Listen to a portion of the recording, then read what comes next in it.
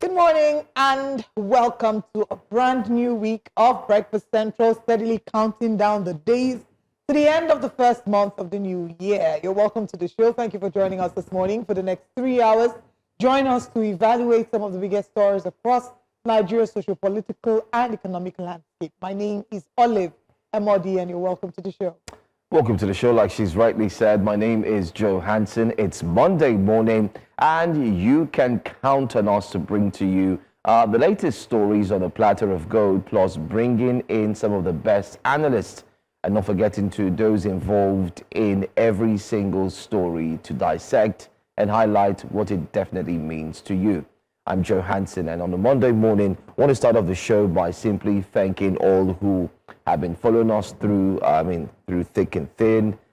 This is the last week in the month of January 2026. So before you could say Jack, the first month of the year is gone. It's done and dusted. Yeah. You know, then we're moving into the second. But then again, like I always say, we thank God for life, because if there's no life, you would not be counting the days to the end of the month or the days to the end of the week. Yeah. Absolutely. So there are two angles to look at that from. Let the fact that we're counting down to the end of the month spur people. When I say us, I mean myself. Spur people into knowing that you need to make it while the sunshine, and time really waits for no one. So you move quickly. That dream, that vision, that goal that you have set for the year 2026, time waits for no one.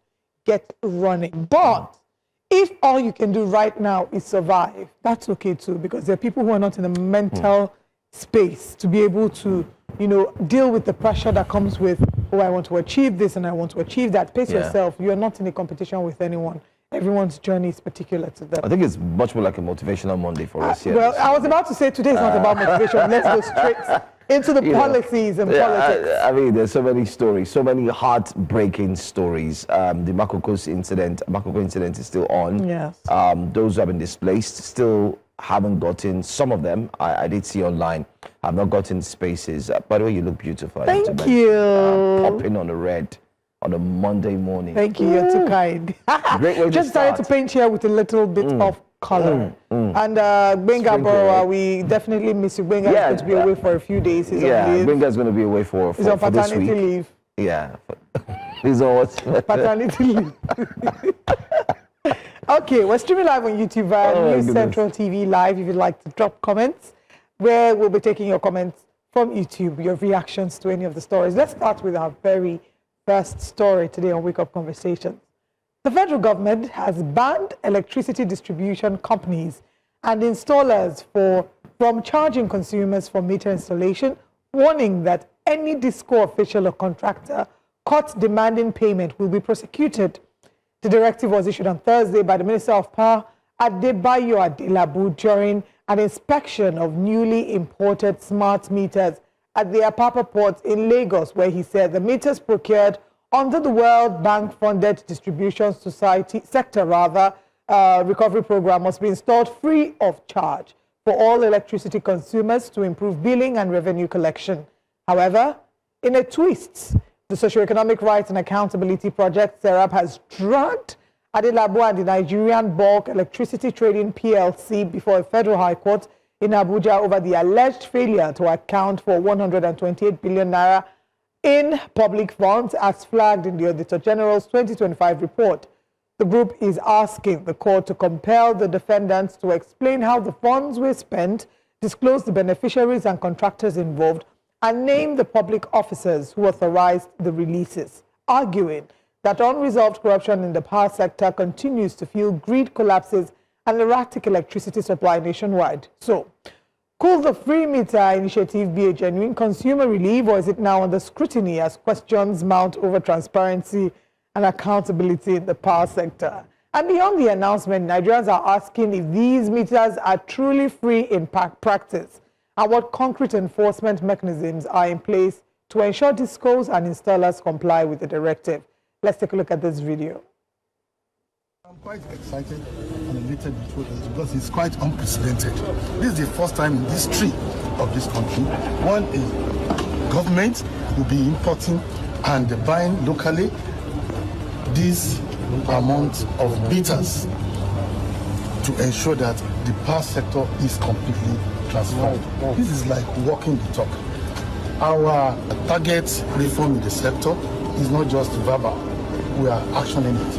And Nigerians could see that this is real and it's not just a promise of the tongue.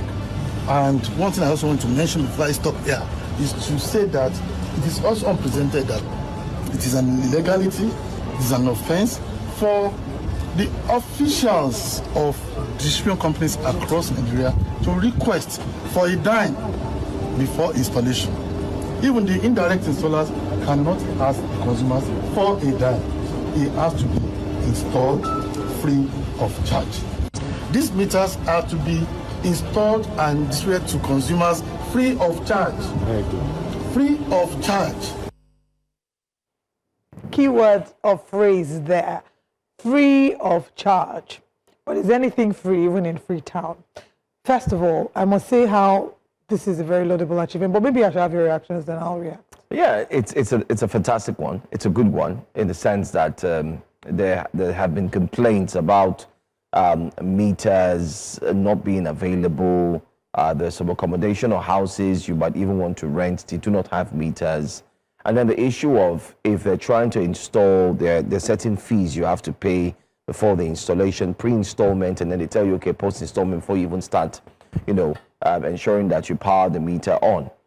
However, this is a good one because the minister has come out to say, listen, it's free of charge. But it kind of like sounds like, it sounds like bill is free, I was thinking the exact same example. Bill is free. You don't have to pay when you go to the police station. Well, we know what happens. So we're hoping that while you were reading, and you did mention that what are the mechanisms that have been put in place to ensure that if anybody tries to circumvent or try to find a way around cheating the Nigerians, basically, in other words, charging them exorbitantly just to ensure that they install these meters, how do you report? I keep saying this whenever we're on the breakfast show and whenever we come here every morning, that when you set up a task, you need to put a systemic arrangement or plan so that people can actually be called out and then they can be prosecuted, whether it's the police officers, whether it's the engineers, in this case, those who work in the power sector. Because there are some people who will still tell you, Oga, installation is 25,000 naira. Installation is 50,000 naira. How do you now take these ones who have charged you and how do you report them? What's the right channel? You need to put all of these things in place. But aside from that, this is a good one.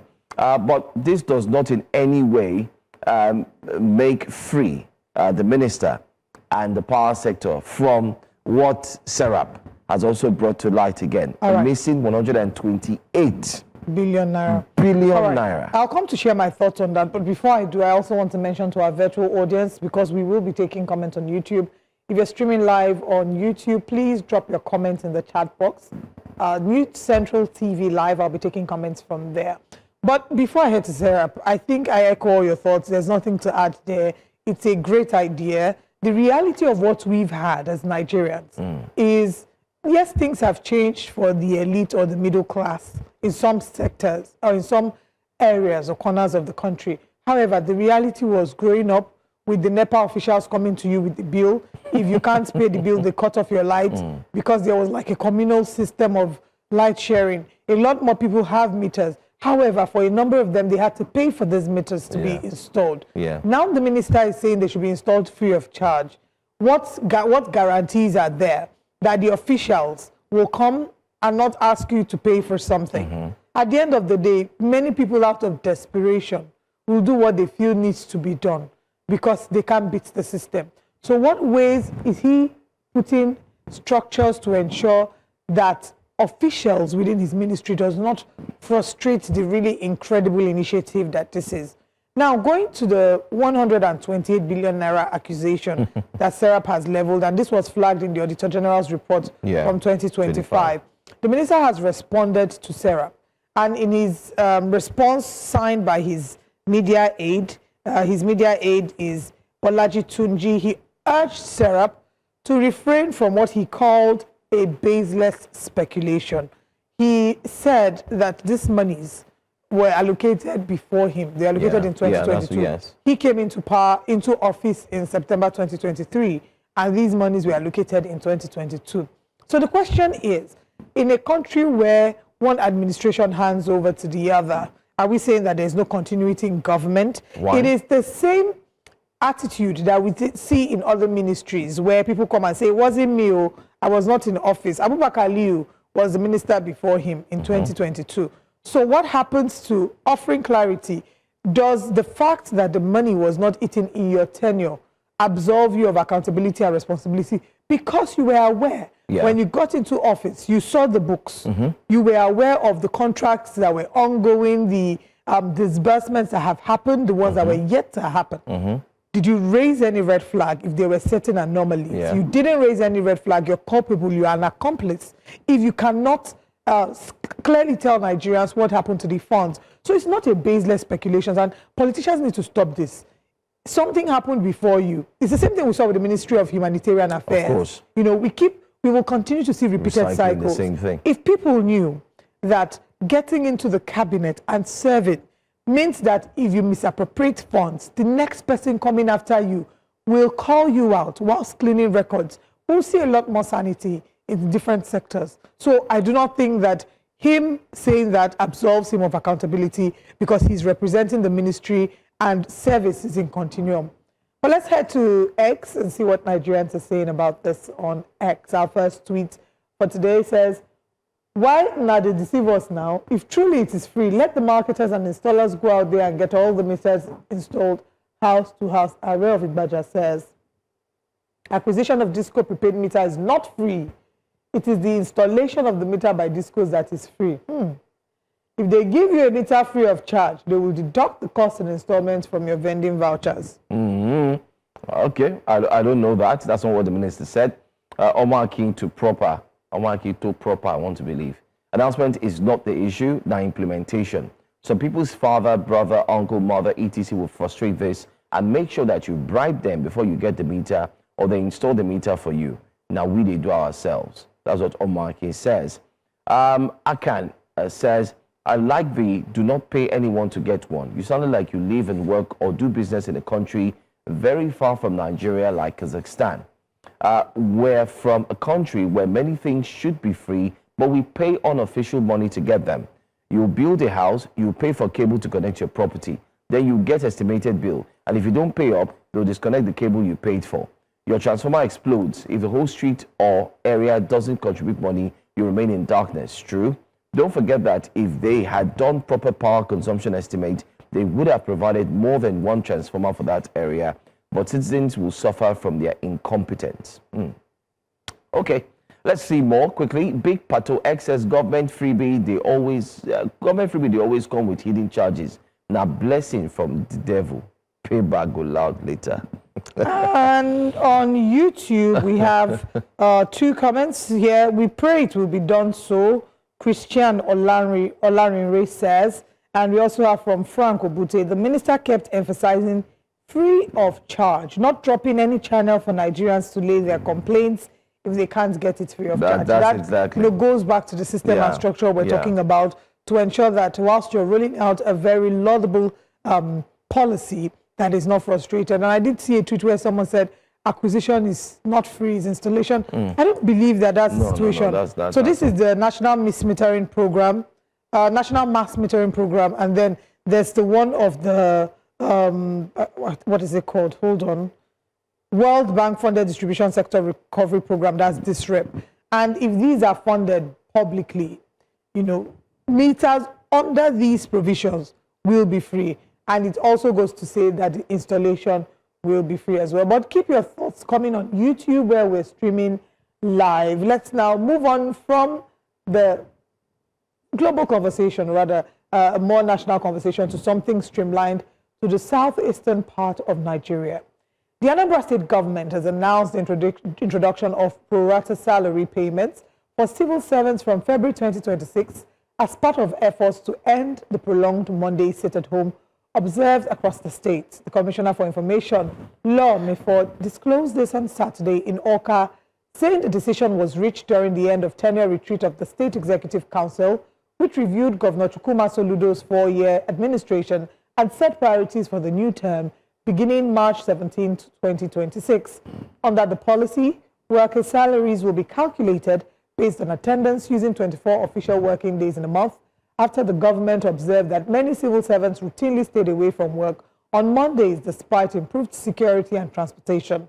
Mefor said the sit-at-home has cost the state trillions of naira in economic losses over 4 years, stressing that the government can no longer justify paying full salaries when workers are absent, even as negotiations continue with market leaders and security is being strengthened to restore full economic activities. On Monday, you can see the tweet there. He said, ending the sit-at-home order, ending the sit-at-home. The sit-at-home culture must end now. I feel the deep frustration of every trader and worker whose livelihood is disrupted by forced inactivity. This decision is about reclaiming our markets and our freedom from fear, Dr. Law Mefor says. All right. Let's see what Nigerians are saying on this before we react. Dear Governor, I was talking to the Governor of Anambra State there. We have heard your order and command to open shops on Monday or you will close our shops permanently. Your Excellency, you sound so funny many times. Since you started dancing around with your son and some of our Igbo comedians, you now sound so funny. Comedy will fit you, sir. The shop's closure on every Monday sit at home should be investigated first. Investigate the reason why they closed those shops. You're the Governor of Anambra State and this is not military regime. Investigate and know why your people decided to close their shops. To my best of knowledge, they are doing it in order to maintain solidarity with Nnamdi Kanu. Your solution should be to set the Nnamdi Kanu, to see that Nnamdi Kanu is released so that your people will go back to their businesses on Mondays. This is the people's choice. It's not what you give an order. Besides, you don't own a shop in Anambra. You are just a governor. After 4 years more, you will just get out of the office. Do not order us around, sir. Nah, he says. Anyway, this is an aggrieved response coming from a citizen right there in Anambra State. Let's take another one quickly. So they have been lying since that sit-at-home has stopped. You said it was Simon Ekpa that is enforcing it and you jailed him. No, he did not. The governor did not jail Simon Ekpa. Okay? Take note of that. It was Finland, the Finnish government. He's in Finland and he broke some of the rules and the laws and of course they found him guilty and that's why he's in jail. You said it was Mazi Nnamdi Kanu that's enforcing it, and again, the governor did not single-handedly jail Nnamdi Kanu. Of course, it's just obvious that you're not following through. Anyway, today you're still crying until you tell the world the truth that sit-at-home is a voluntary civil disobedience to show that Igbos are not happy with the injustice Mazi Kanu is subjected to, and no one is enforcing it. Fact 100: we Igbos hate injustice and can sacrifice anything to show our displeasure on it. Well, Africa must be free. I don't think your tweet doesn't hold substance in terms of truth. So you might want to be careful with what you believe. Saying the governor jailed Simon Ekpa, the governor jailed Nnamdi Kanu is not Charles Chukwuma. It's not Governor Charles Chukwuma that jailed them. So take note of that. Another one says the Soludo should first investigate what started the sit-at-home first and solve the issue. Mr. Governor, the people are losing money on Mondays for a reason. Solve the problem first. Do you think our people don't want to open their shops on Monday? Please stop this madness. Go to your office. It's okay. We're not opening our shops. So you see, there's a rebuttal. From accusing non-state actors for being behind this to threatening citizens, grieving over the injustice done to one, you all in government didn't see that as an offense to one fundamental human right. What people are most concerned of is pocket and family. Krijo says, Oslo PhD says, how would the government threaten citizens for shielding themselves from danger, which the government is charged to take out, but has failed to do? Ogao Nawao for Governor Charles Chukwuma Soludo says, can you guarantee their safety? It's not just issued an executive order, Zach says. And that's another tweet there very quickly. But let's come back home. The governor has made a statement. He says there will be no more sit-at-home on Mondays. Every single person return to work. Civil servants who do not return to work will have their salaries deducted because they would try and ensure that there will be a clock in, as the governor is planning to have, where you either sign in or clock in. Reminds me of a place I used to work years ago, whereby they say if you don't sign in at the gate, whenever you come in, don't sign in at the gate by 7, before 7:30, they take the book away. It is said that you didn't come to work or your salary will be halved. Oh, we did it. Even I worked in I remember how crazy I was at some point when I would get there. It's just 7:30. Not my fault. Bad traffic. They were fixing the Lekki Expressway, and I was working somewhere in Agidimbi here, not far off. And I'll get there and they'll just take the book, and I'm like, after I woke up at 4 a.m., you're taking the book, and they're like, yes, your salary is halved. Anyway, if I could feel that way, I'm just bringing it back. How would the civil servants feel? Now, on their own case, whether we like it or not, they are not the ones who enforced this decision on themselves. It is as a result of the insecurity that has bedeviled the state. So, in order for them to be safe, they decided to just adhere and sit back. However, take note, during the years, let's say 2 years or so, if I can recall, there were times where some of the shop owners decided to defy the order and come out and open their shops. We know what happened to them. Some were maimed at that time. Some even had their shops destroyed because they felt that the attackers felt that they are not obeying the laws and the order. This law and order is not from the federal government. It is from non-state actors, in quotes, like they say. But now the governor is saying, listen, if you do not go back, your salaries will be deducted. You're summoning everybody to go back to school. People should go back to work. The question that has been asked is a very critical question. Who will guarantee their protection? If my mother was in Anambra, I would tell her, don't go. Okay. I'll tell her to wait and see how it turns out. If people have been going out for the next 3 months and it's safe, then I can say, okay, fine, now you can go. But for this today, we await today. We hope that our reporter or our guest who will be able to join us for Anambra, maybe in the course of this show or during the week, will let us know what the feel is like. Did people really go out of their houses today to get to work? Like you said, today will be a litmus test for the effectiveness or otherwise of this policy by Governor Chukwuma Soludo. And when we go back, while you're trying to solve a problem, and I understand that truly the state is losing millions. Anambra State is an economic hub of our country. There's a lot of trading activity that goes on in Anambra State. So it's not just the civil servants. Businesses, business owners lose lots, thousands and millions by shutting their businesses on Monday, the first working day of the week. But it didn't start out of the blue because people felt that we need 3 days for the weekend. It was because of the insecurity and also because of the detention of Mazi Nnamdi Kanu. They were trying to express their frustration, and then IPOB started to sort of insist on the implementation of the sit-at-home order, which didn't go well with the government because it felt like they were being held to ransom by people that a number of them will have addressed in different terminologies, right? That's, of course, the IPOB, the Biafra agitators. Yeah. But while trying to fix it, you cannot fix it without going to the root of the problem. The root of the problem is that truly there is a dissatisfaction by the way in which the case by Mazi Nnamdi Kanu has been handled. And like we've seen with many cases in Nigeria, there have been situations where it goes beyond just the four walls of a courtroom. Many people have argued that the case with Mazi Nnamdi Kanu is a political case. It's no longer legal and should have been sorted out as such. So if even the leaders in southeastern Nigeria, the governors, had come out at some point to appeal to the federal government to say, look, we take accountability for this. If you allow this matter sort out, if you sort it out easily, this matter, we would ensure that the sit-at-home order is dealt with and insecurity is dealt with. So proclamations are very easy to make, but the practicality of it. On the other hand, I understand where the government is coming from. Of course, you're if my staff, I pay my staff a monthly salary, and my driver, for example, you choose not to come to work on Mondays, and you don't come to work every Monday, I will deduct. In fact, I have that arrangement where I say any day you don't come to work, this amount is deducted from your salary. So you can't be cheating me, in that. So I understand where the government is coming from, but I also maintain that you cannot solve a systemic problem without going to the root of the cause.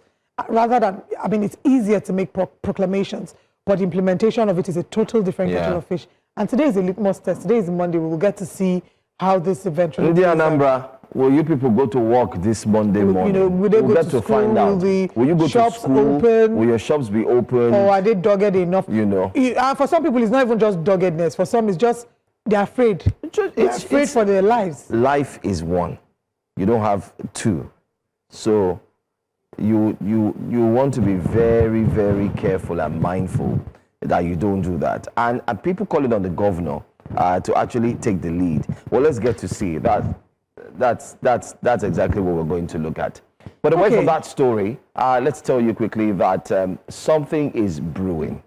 And this time on our wake-up conversation, it's about the tax. Olive, Nigerians are definitely over the weekend. Yeah. This tax reform is taking a different turn. Let's tell you that Nigerians are seeking clarity now after conflicting statements on bank charges has sparked confusion. Now, if you remember, Taiwo Oyedele, speaking across multiple media platforms, assured you and I and all Nigerians that no fees would be debited from citizens' account.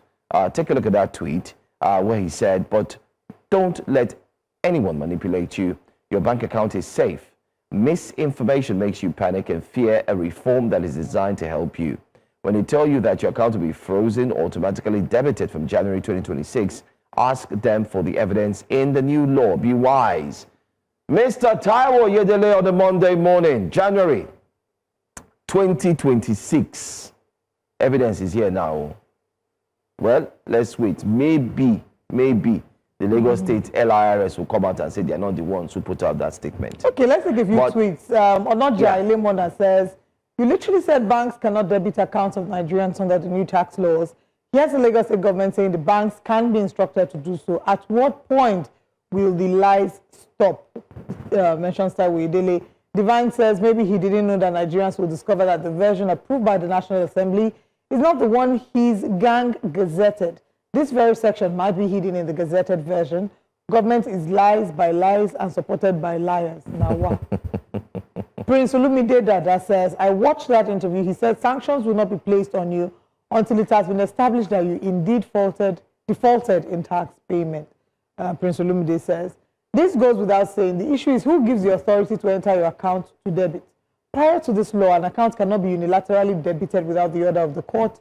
This law dispenses the need for that order. It's literally a violation of property rights. Lemona goes ahead to further emphasize. Let's take a few more tweets.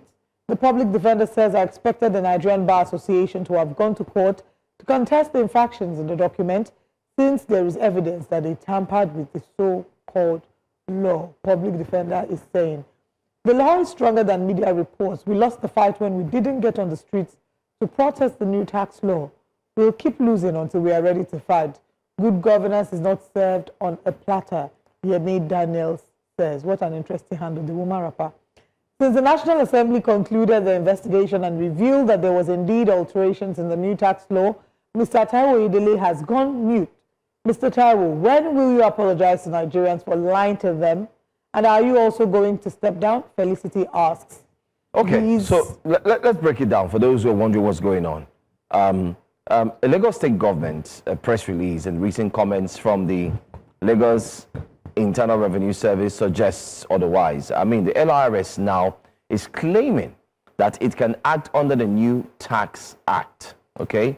Adding to the uncertainty, the House of Representatives Minority Caucus Ad hoc Committee investigating alleged distortions in the nation's tax laws has confirmed that some recent reforms, including the Nigeria Tax Administrative Act, which is known as NTAA 2025, contain illegal alterations.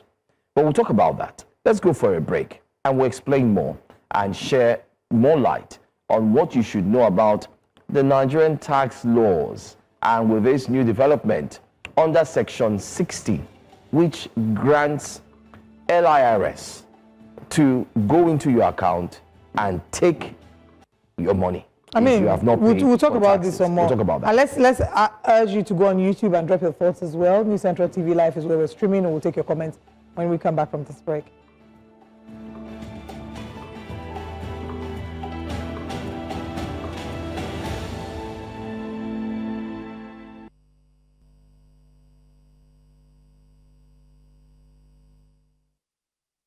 You're welcome back to Breakfast Central. We, of course, are still speaking about the discrepancies between the tax laws and the uproar rather that this has caused. The committee has cited that there are discrepancies between the versions passed by the National Assembly and those published in the official gazette, raising questions over the legality of actions, the legality of actions related to this and otherwise. But Share your thoughts as well on YouTube and News Central TV Live. Comments here, although this comment is reacting to the tax bill. Sorry, the meter. This one says, how can we get these prepaid meters without giving bribes? I think it's impossible. Well, I think you channel your questions to the ministry. Hopefully the minister is watching, because that's what everybody is asking. What are the proper channels? What are the things or the modalities that have been put in place to ensure that nobody, like I say, will circumvent the law and find a way around it?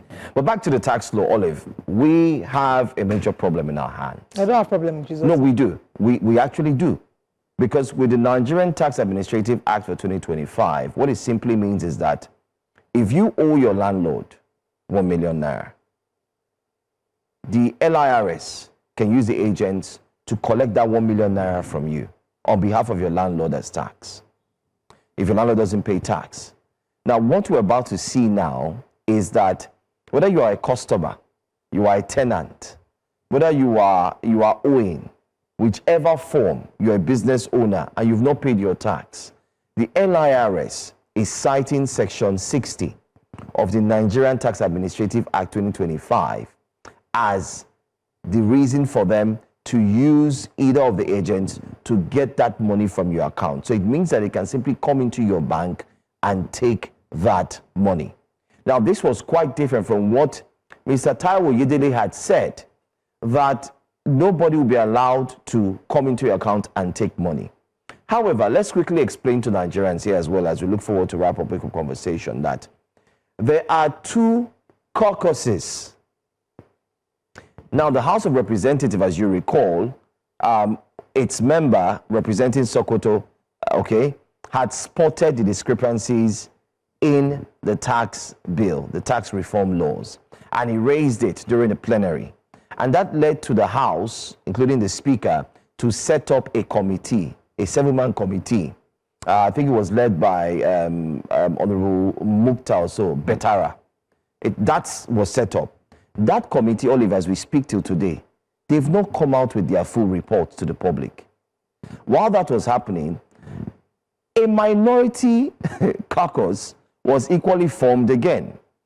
This one was formed by, I think, Joseph Chinda formed this, and they're also 7-man committee. They decided to go ahead and do their own investigation, since the other one that was formed by the House of Representatives was delayed. So they decided to form theirs. Now, they came out first with their result on Friday last week and said, oh, we've seen discrepancies. Oh, the gazetted one that is with the House, the Speaker of the House of Representatives, is different from the one that is being shared. So they said there's a total of almost 3 types that are out there. Now, what are the discrepancies they saw? They saw so many of them. All right. One of them is that they also saw that there were new laws that were inserted into the tax laws, the tax reform laws. Therefore, the question now is, how do we sort this problem? How do we solve it?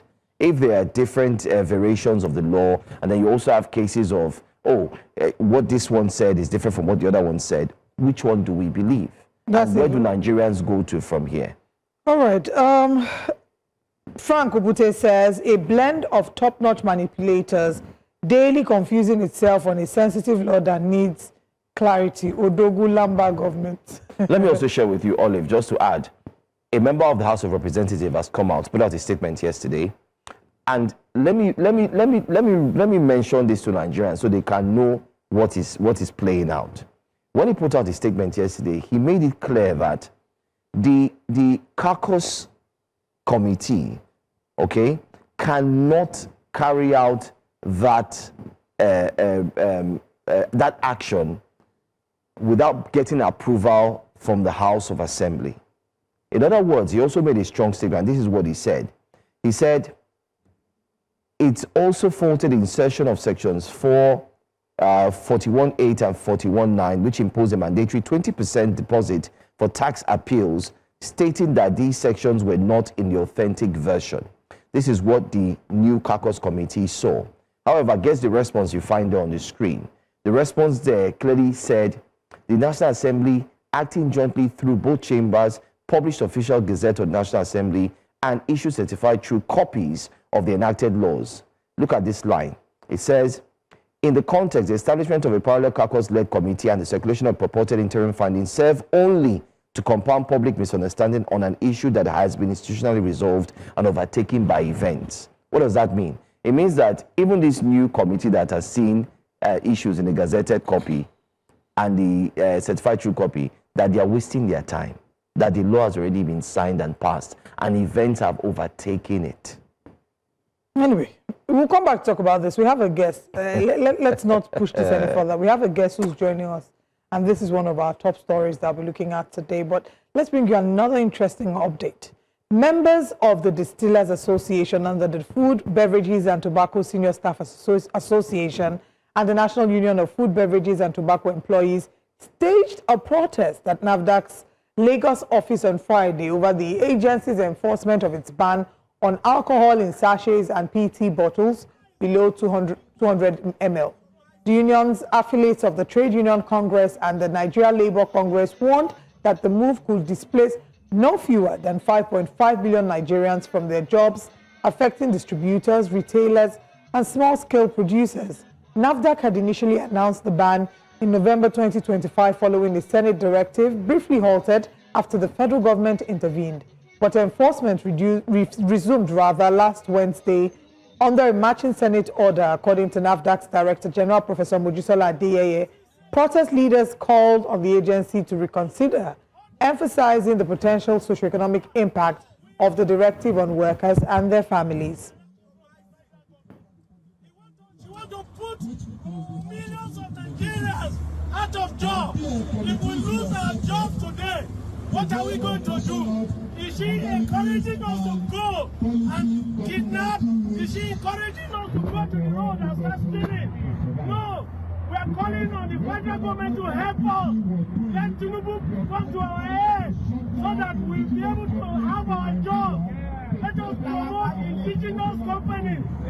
Let us stop promoting the multinationals. What Adeyeye is doing is promoting the multinational. And we are totally against it. We are in support of the New Hope agenda. We are in support of the Tinubu agenda. We are in support of all what he's doing. And we want to call on him. Because Madam DG NAFDAC has decided to shut us out of our jobs. Are you going to allow that one to happen? She alleged that our sachet is being accessible to minors. And then she said that our sachet contains 50 to 95% alcoholic content. Is that true? Now, we know that even vodka does not have up to 75% alcoholic content. But Madam NAFDAC said that vodka contains 75 to 95% of alcohol. Is that correct? When you give a statement that is not correct, it is our responsibility to come and correct the facts. Is that true? Yes. We want to state it clearly for Madam NAFDAC to hear, in case her laboratory department or section. Let's see what Nigerians are saying there. Surely Olushola says, I truly understand these people protesting, but those sachet drinks are one of the causes of environmental pollution we have in the country. It should be banned. Good point, environmental pollution. Banning won't stop consumption. It will just push people to alternatives. Proper regulation, quality checks and awareness would save lives and protect jobs. Really? Okay. All right. That's Bunny. That's his opinion. Let's take another tweet very quickly.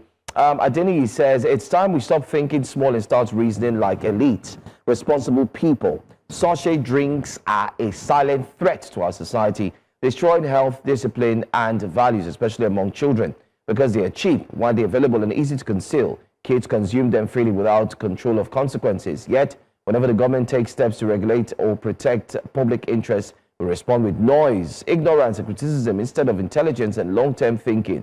A society that refuses correction cannot develop. And let's see another tweet if we do have. Ogale Osage says, anyhow, no country sells sachet alcohol anymore that is hawked and sold to drivers, which causes accidents. Traders sell this by the roadside. How dreadful. Children and people's health are at risk. All you care about is profit. Focus on bottled drinks. Sell small bottles for hotels. Well, I think if you ask me, that protest happens to be one of the, if I'm going to rate it, is one of the stupidest things I've seen. Yes, one of the stupidest things I've seen. I won't say in a long time. Okay, I won't say stupid, right? I would say so. The truth is, whenever people feel that their source of livelihood is attacked, there would always be a pushback. There would always be a pushback, especially because the current administration hasn't made life as easy for those, especially at the bottom rung of the ladder. However, you cannot then say we will sacrifice our health and safety for the for economic sustainability. For people to be able to make ends meet. And I'll explain in 30 seconds and then I'm done. This did not start today. This was, first of all, they began it in December 2018. People pushed back. They moved it forward. They tried again in November. Everybody complained. They said, okay, we will not start implementation. Let's give about 2 months for manufacturers to exhaust their old stock so they can think of alternative measures. Because these things are available to young people and they're becoming addicted to it. So at what point do we realize that we cannot sacrifice health and wellness on the altar of, I need to make ends meet? But I understand the agitation. It's their way of making money. We just have to find a way to go around. I still maintain my We'll come stand. back to, we'll have an extended conversation about this, but while we're here, you can go on YouTube and tell us, is it okay for the government to outrightly ban the sale of alcohol in sachet or PET bottles below 200 ml? Let us know your thoughts on YouTube. But now let's share with you our headlines for today on Breakfast Central. The House of Representatives Ad Hoc Committee on Tax Law Reforms recently dropped a bombshell. It confirmed that illegal alterations were made to key tax laws signed by President Bola Tinubu. The Nigerian Tax Administration Act 2025 is at the center of the storm. But in a dramatic twist, the House itself is now disowning the committee's report. Lawmakers are pushing back, questioning the committee's findings, and accusing it of overreach. So what's really going on? Well, talking about this, many questions indeed are coming up. But then again, let's see where we stand. Joining us to break it all down, we do have the CEO of the Center for the Promotion of Private Enterprise, Dr. Muda Yusuf, joins us this morning. Thank you so much for making it here with us on time. Thank you. Good morning. Thank you very much. Good morning to you. Good morning. And good morning to viewers too. Great. I think the very first question anybody would love to ask, including myself, is I do not know if you have the documents with you, and which of the variations do you have? Because with what we see here, there seems to be almost 4 of them. 2 separate House committees or caucus have looked into this. The one that was put together, that was given the mandate by the House of Representatives, and then the minority caucus that came out on Friday to say, listen, we've truly seen there's a problem. There are different variations. Can you clarify to us if truly there are different variations, and maybe, I don't know the one you have, if I may ask? Well, these are very voluminous, documents running into thousands of pages. So I have not been able to go through the totality of it. But once this matter came into the public, I'm talking about the issues of discrepancies, the National Assembly itself set up a committee to reconcile those discrepancies and to ensure that there was an alignment between what was gazetted and what was passed by the joint sessions of the House of Rep and the Senate.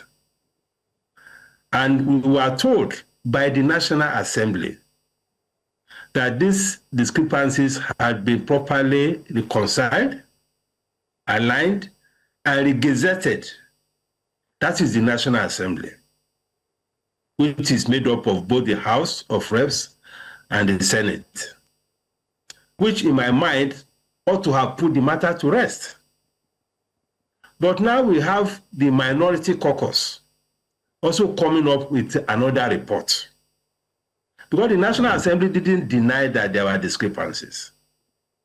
What they have not told us were those who are responsible and whether there be any consequences, whether it was an error of omission, an error or error of commission, or it was deliberate. That's a different conversation. What is clear is that those discrepancies have been resolved and a new gazette has been issued, which has been passed to the National Revenue Service for implementation. So the angle of the minority caucus, I think, is making the whole conversation looking now a lot more partisan, the way it is looking, because the National Assembly has issued a statement. So I don't know why the minority caucus has to come up with another report. So I think it is important that they speak with one voice. That is my view about this. So are you saying for certain that the minority caucus's stance should be disregarded completely? No, I'm not saying it should be disregarded. Since they are part of the whole, and the totality of the National Assembly had issued a statement, and they are part of the National Assembly. And the National Assembly admitted, the National Assembly did not deny the fact that there were discrepancies.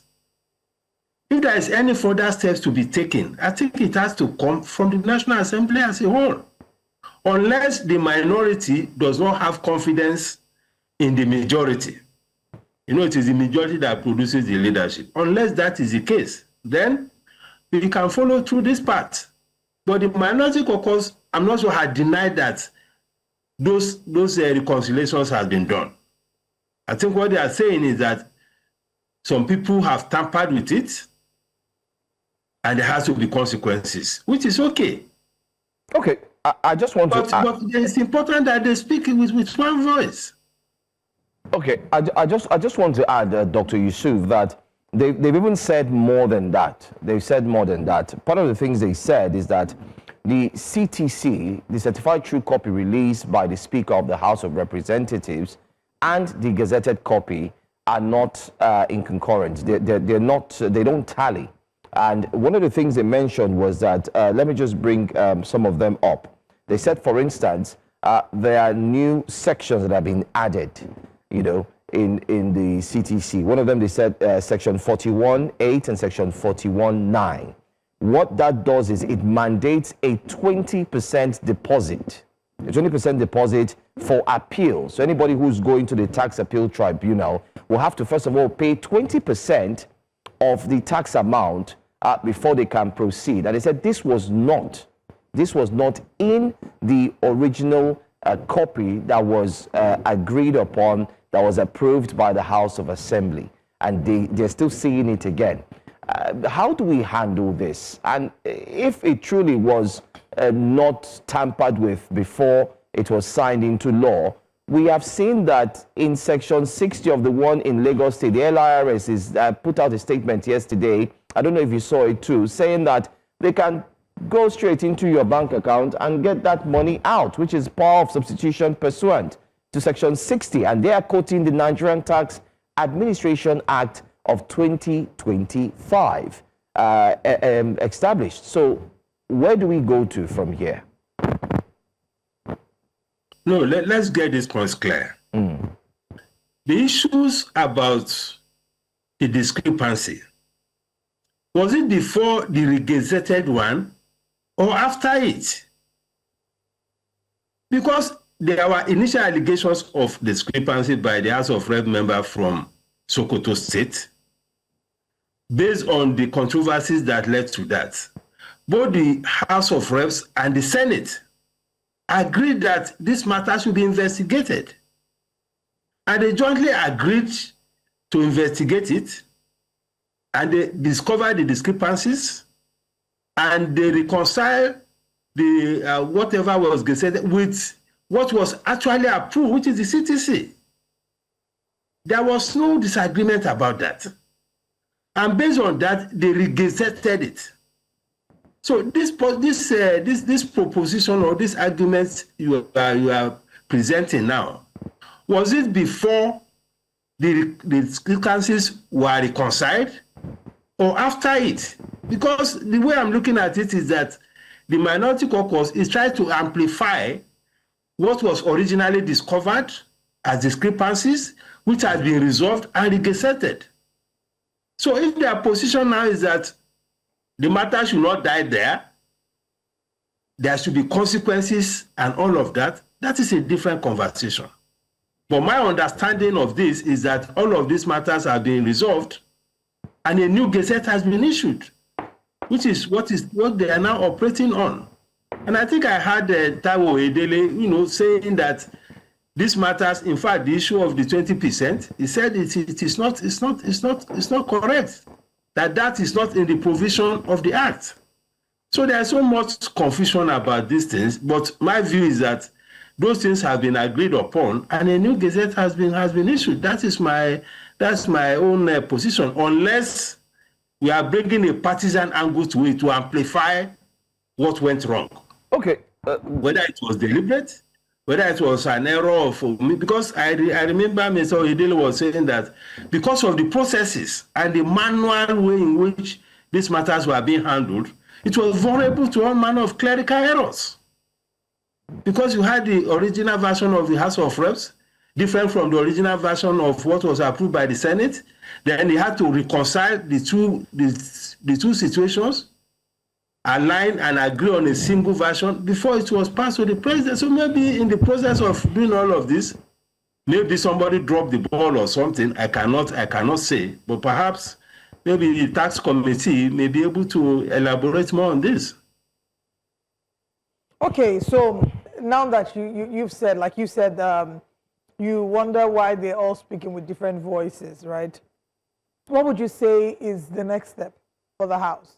These allegations are strong allegations. Nigerians don't really care about the politicization or lack of it thereof. They just want to know that their funds, their finances are safely protected, and that if the government is taking a portion of it, it's not overcharging them and it's delivering on the mandate it promised. So what would you say will be the next steps going forward from here? Because the minority caucus have said that their claims should not be trivialized. Nigerians just want to know what should be the next step going forward. The minority caucus should go back to the National Assembly. The minority caucus is part of the National Assembly. We don't have two National Assemblies. If they have further reservations or action that are needed to be taken, they should take it back to the House. Unless they are telling us that the House is trying to suppress this matter or is not agreeing with them or something, that will be a different conversation. But to come up with a separate report after the totality of the Assembly has issued a report and issued clarification, I don't understand what they want to achieve by that. If there are further actions that are needed to be taken, I agree. If there are evidence of deliberate tampering with what was originally agreed, there has to be consequences for that. Somebody has to pay for that. All right. If it was an error of omission or commission, we need to determine if there are people who are culpable, they should be disciplined. That, for me, I think that is what they should agree on. And the National Assembly leaders should take this one up with the executive. That this is what we approve. Let us find out who actually dropped the ball, who actually tampered with this, and let us ensure that there are consequences for it, so that we don't see a repeat of this kind of things. So I agree with them if that is what they are trying to say. Okay. But I think it's better to go back to the National Assembly so that they have a common position on this. All right.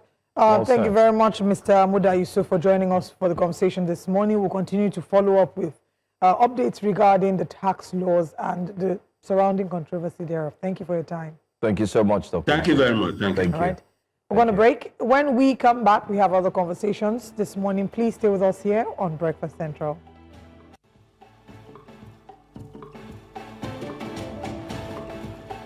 Welcome back.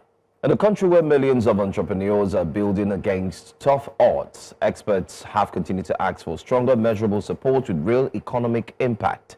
Nimbus Aid Foundation, a Nigeria-based organization focused on empowering small and medium enterprises through advertising, marketing support, and capacity building has released its 2025 Impact Report and unveils a strategic shift toward large-scale entrepreneurial training and boot camps designed to reach thousands of founders across Nigeria.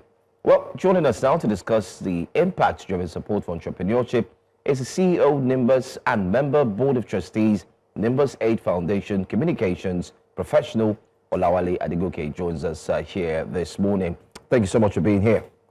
Thanks for having me. We also have another member of the team, a super one. Well, a Board of Trustees, Nimbus Aid Foundation Communications Professional.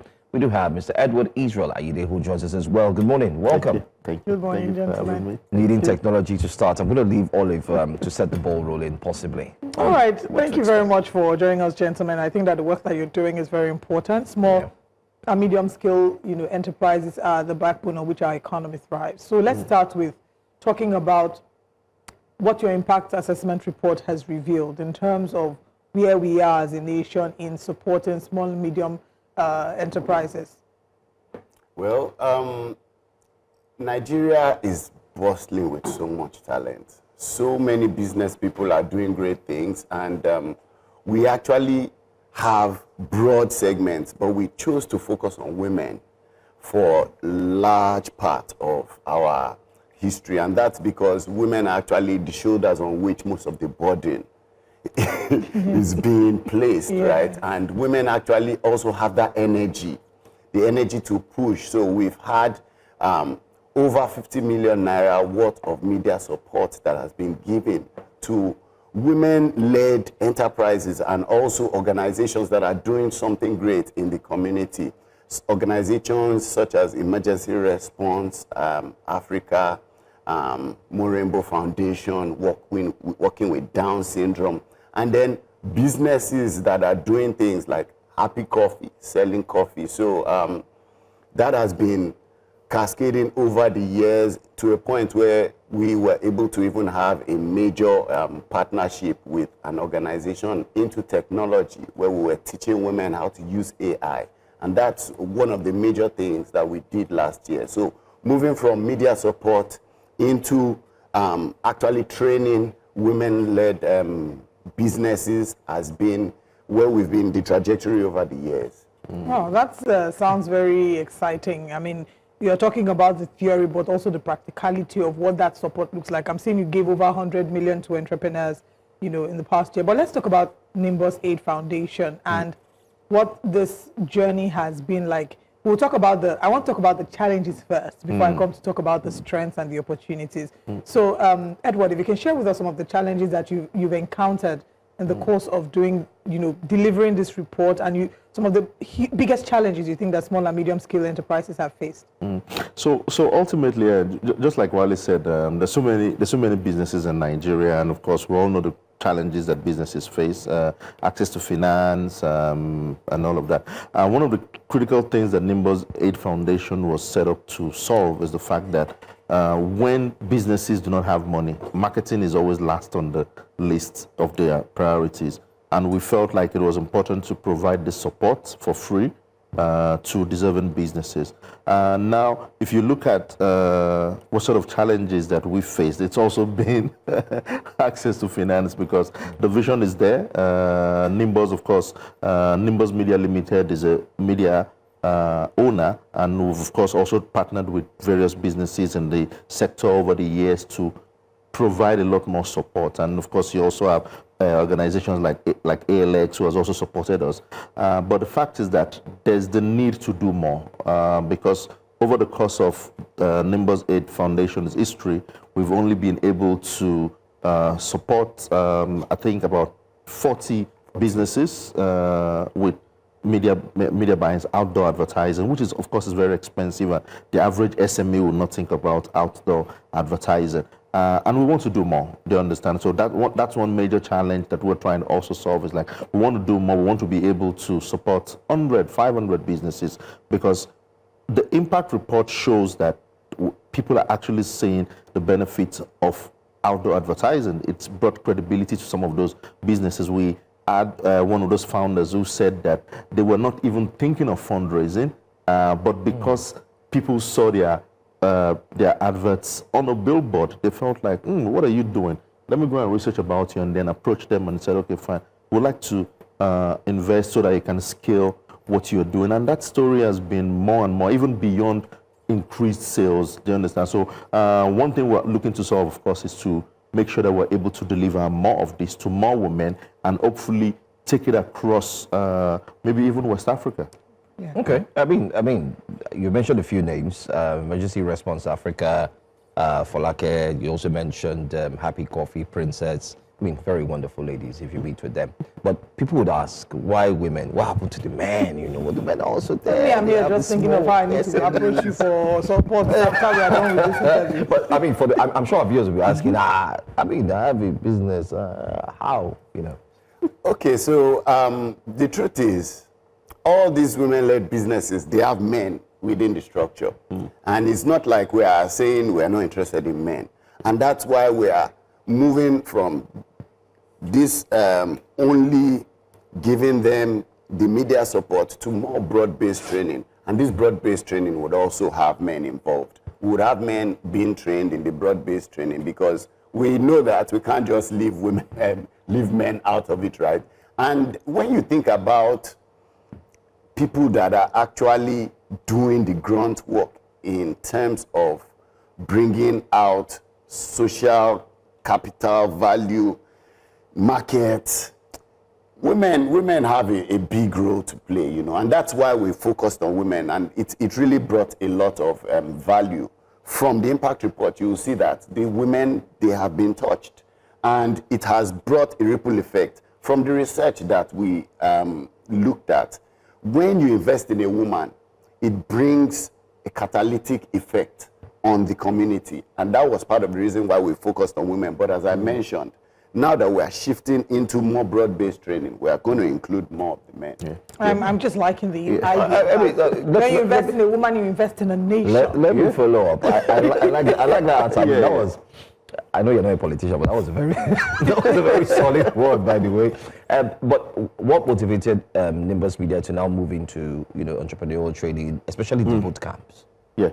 So just to piggyback off what Wale was saying. So you find that, first of all, women do not get access to a lot of support that male businesses get. That's the reality. Do you understand? And data supports it. Do you understand? We also then realize that beyond providing marketing support, there's also the fact that people need capacity development. A lot of businesses want to scale. And it's a question of, you now put them out there in the world, they now get increased businesses. Do they have the capacity to handle increased businesses? We then decided that, okay, how do we further support these people? We need to provide them this kind of skills that will help them to take their business from a 1,000 naira business to 100,000 naira business, for instance. You understand? So we then looked at, okay, who can we partner with? And of course, we all know how artificial intelligence is really supporting SMEs, reducing costs, helping people to scale rapidly with reduced expenditure and all of that. And we said, okay, fine, let's start off with artificial intelligence training. And we partnered with ALX, who of course provided training. And we're also looking beyond artificial intelligence to other forms of training, like human resource, marketing, legal frameworks, taxation, etc., etc., just so that when these people now have increased businesses, when they now have bigger businesses, they have the capacity, they have the backbone, the structure to be able to deliver the value that they're supposed to deliver to clients. So I have two questions, right? So I'm going to just dole out the two questions, and either of you should decide who answers what. First will be the impact assessment report. What were the factors that were taken into consideration? You know, how did you get your demographic? Who did you speak to? What areas did you cover? And then the second part of the question will be, how do you then measure success? What will success impactful? Because it's an impact assessment report. So what will be the markers to determine success? So in terms of research, luckily for us, we have a lot of data that we've been sitting on over the past 9 years. Nimbus Aid Foundation will be 10 this year. We have a lot of data that we've been sitting on. We have thousands and thousands of entrepreneurs who have filled various questionnaires, told us about what sort of business they are running, where they are running them, what sort of challenges they are facing, and all of that. And so we were able to synthesize all of that data. We've also been fortunate to work with very interesting partners who've also provided us some of the things that they're also doing around the SME space, around businesses like LSCTF, like SMEDIAN, and all of that. So we just essentially looked at all of these data we've been sitting on, of course, and then, of course, some of the additional data we've gotten from partners, and then did some additional desk research and added all of that and synthesized the data to put together a report. And then we found out that the challenges that,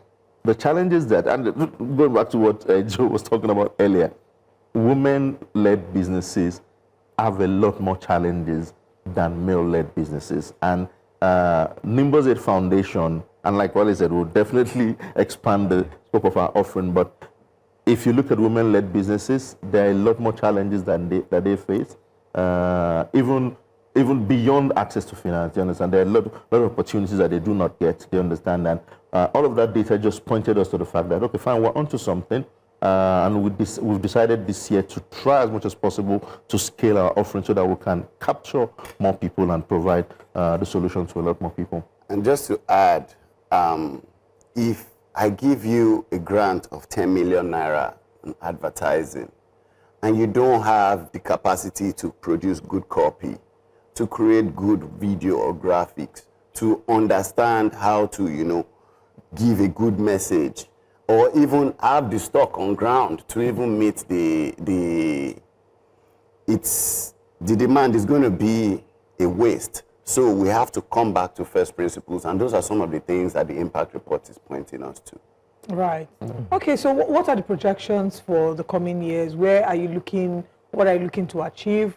First as Nimbus 8 Foundation, and then looking at the small, medium scale enterprises in Nigeria, what would be maybe the future of the next 5 years for you? Yeah, growing a business is tough. It's not a one-day thing. So we are looking at a situation where we expand the community, and you can actually get within the community people that can support you in doing this. We have partners, like we've mentioned, LSCTF, SMEDAN. We had partners in the past, financial institutions. We've had partners who are in the education space. And we have so many businesses that have already enjoyed grant and enjoyed training. We have these people, and I believe that putting together a network, a community, whereby these businesses can actually see somebody that can give them here legal services, that can give them here accounting services, that can give them here creative services within the network, and then mentorship, education. So we want to bring in as many businesses as possible, thousands of businesses. And when I say business, you are a business. I was about to ask. Thank you very much for clarifying that. I'm a business. So when we are talking about business, we are not talking about the bigger. Each and every person actually has a business in their back pocket in Nigeria. Really, a hustle economy. So we can grow this small business to a bigger business in 5 years. We are not where we started out. So we are looking at in the next 5 years, in the next 10 years, our community will be larger, and then each of those businesses that came in the earlier part would have grown bigger, and then can even support the smaller ones, the younger ones that are coming. It's like you're paying it forward. Paying it forward, and it's going to be a snowball effect. That's the dream, and that's our hope. Yeah. We're hoping that this year, that this year we should be able to deliver at least 100 million naira in support to women-led businesses.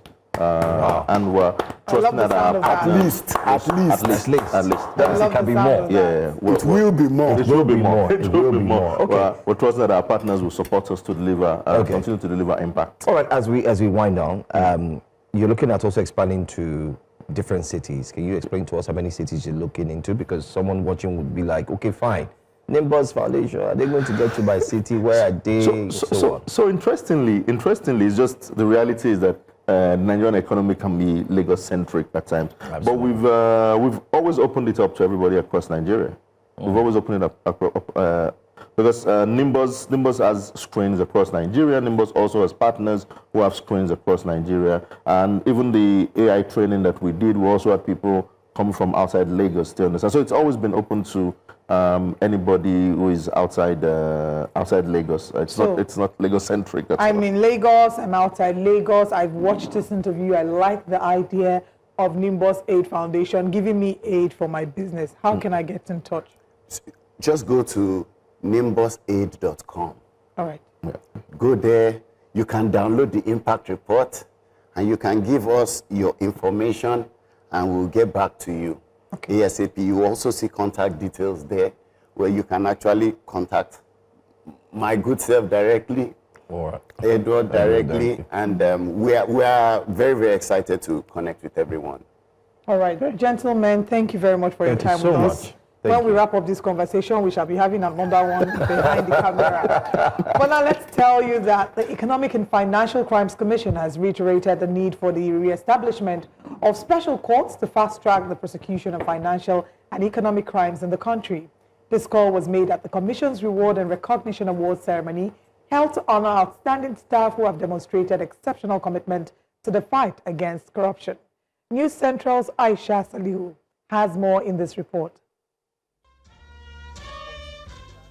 Speaking at the event, the chairman of the commission, Ola Olukoyede, noted that a significant amount of success with recoveries in billions of naira, millions of dollars, and thousands of convictions were recorded in the year 2025. According to him, the awards are designed to motivate staff, promote excellence, and encourage professionalism across all EFCC commands nationwide. He further clamored for the creation of special courts that will ensure the speedy dispensation of justice. For us to do things like this, to recognize those who are putting their best, and in recognizing that, we have also agreed that it's important for them to give them some reward. And that is why we have given our best performing staff the reward of a brand new car. Also an advocate of specialized courts. Of course, there's no doubt in the fact that when we have it in place, we'll be able to fast track, the prosecution processes. And that will also help us in realizing and achieving our mandate and help the country in reducing the threat of financial crimes and corruption within our polity and within our system. The Lawyering Directorate emerged as the best zonal directorate of the year in recognition of its remarkable operational performance within the period under review. To meet up, now the convictions are not just convictions, they are broken into classes. You have politically exposed people, intelligence, conviction driven from intelligence. You have a conviction that is based on a normal routine report petition. You have dollarization conviction. The overall best staff of the Commission, who showed outstanding dedication, integrity, and exemplary service to the Commission's mandate, pledged renewed commitment to the fight against corruption and economic crimes. You research, you read, you think on your toes. Everything you see, you have to scrutinize and be sure of what you're doing. And there's room for re-evaluation of every case you're handling to see the best way out before the end of the trial. The EFCC says that it remains committed to strengthening institutional capacity, improving prosecution crimes, and sustaining transparency and accountability in the country. In Abuja, for News Central, Aishat Salihu. The revised agreement between the federal government and the Academic Staff Union of Universities has been signed. Good news, right? But beyond the headlines, attention is now shifting from celebration to scrutiny. How different is this renegotiated deal from the 2009 agreement? And what does it truly change for Nigeria's tertiary education system? This report examines the key terms and what education experts say lies ahead. News Central's Sumaya Abubakar reports.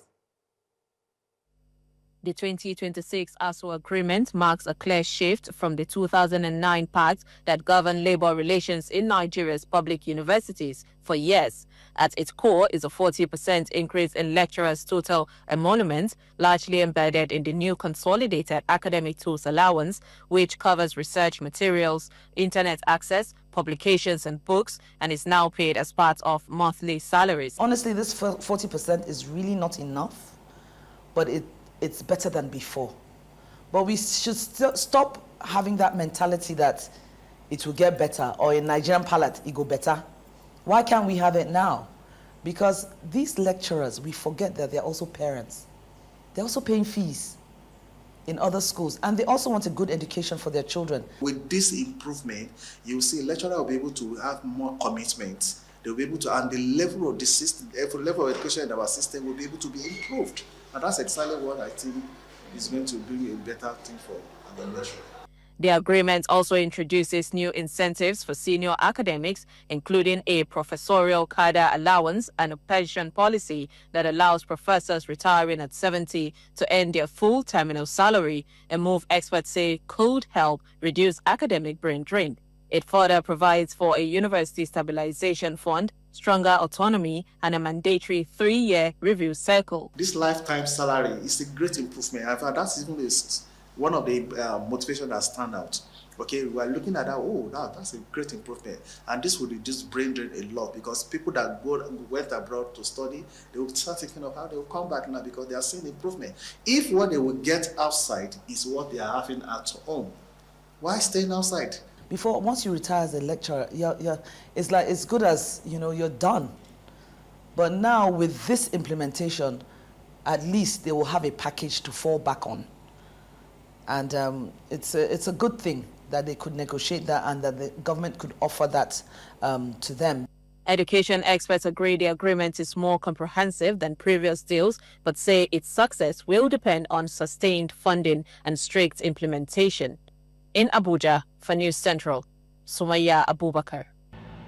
So marketing is evolving faster than ever, driven by data, changing consumer behavior, with evolving new media realities. For brands and businesses to stay competitive, insight is no longer optional, it's actually essential. I mean, that's why today we're highlighting Top Trends, an annual marketing intelligence event. The platform brings together marketing professionals, business leaders, CEOs, CMOs, founders, and decision makers from across industries to unpack the consumer, media, and market trends shaping the future of business in Nigeria. Well, joining us now to tell us more about the top trends for 2026 edition, its impact and what participants should expect, is marketing science lead, and business unit director, OMD Emmanuel Adediran. Ekaro, good morning. Welcome. Good morning. Good morning. Good to have you here. Thank you. Good to have you. Okay, so 2025 just went by so fast, right? Yeah. I mean, you were here just a few months ago, wasn't that? I mean, January, 5 months fast when you're having fun. Anyway, tell us about Top Trends events and let's know what it's all about, especially for this year. Let me start with Emmanuel. Okay. Thank you very much. The Top Trends is an annual thought leadership event organized by Media Reach OMD in partnership with the Lagos Business School, NIMA, that's the National Institute of Marketing of Nigeria, and Geopol. And this event was basically born out of a genuine need that we identified in the market, and that's looking at the Nigerian marketing scene.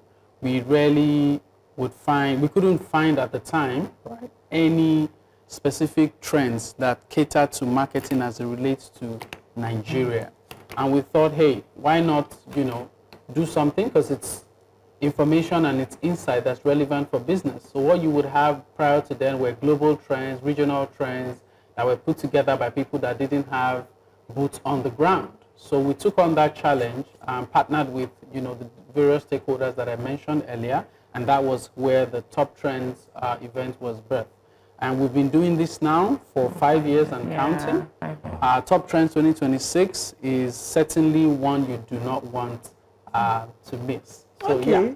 Before we come into the actual date and the details of Top Trends 2026, what would you say has been the factor that has kept you afloat? It's one thing to come up with an idea or a business and start it, but sustaining is another kettle of fish, a totally different one. This is your 5th edition. You've been doing well over the years. What would you say is a thing that sets you apart and that makes you, to keep showing up every year as your best self?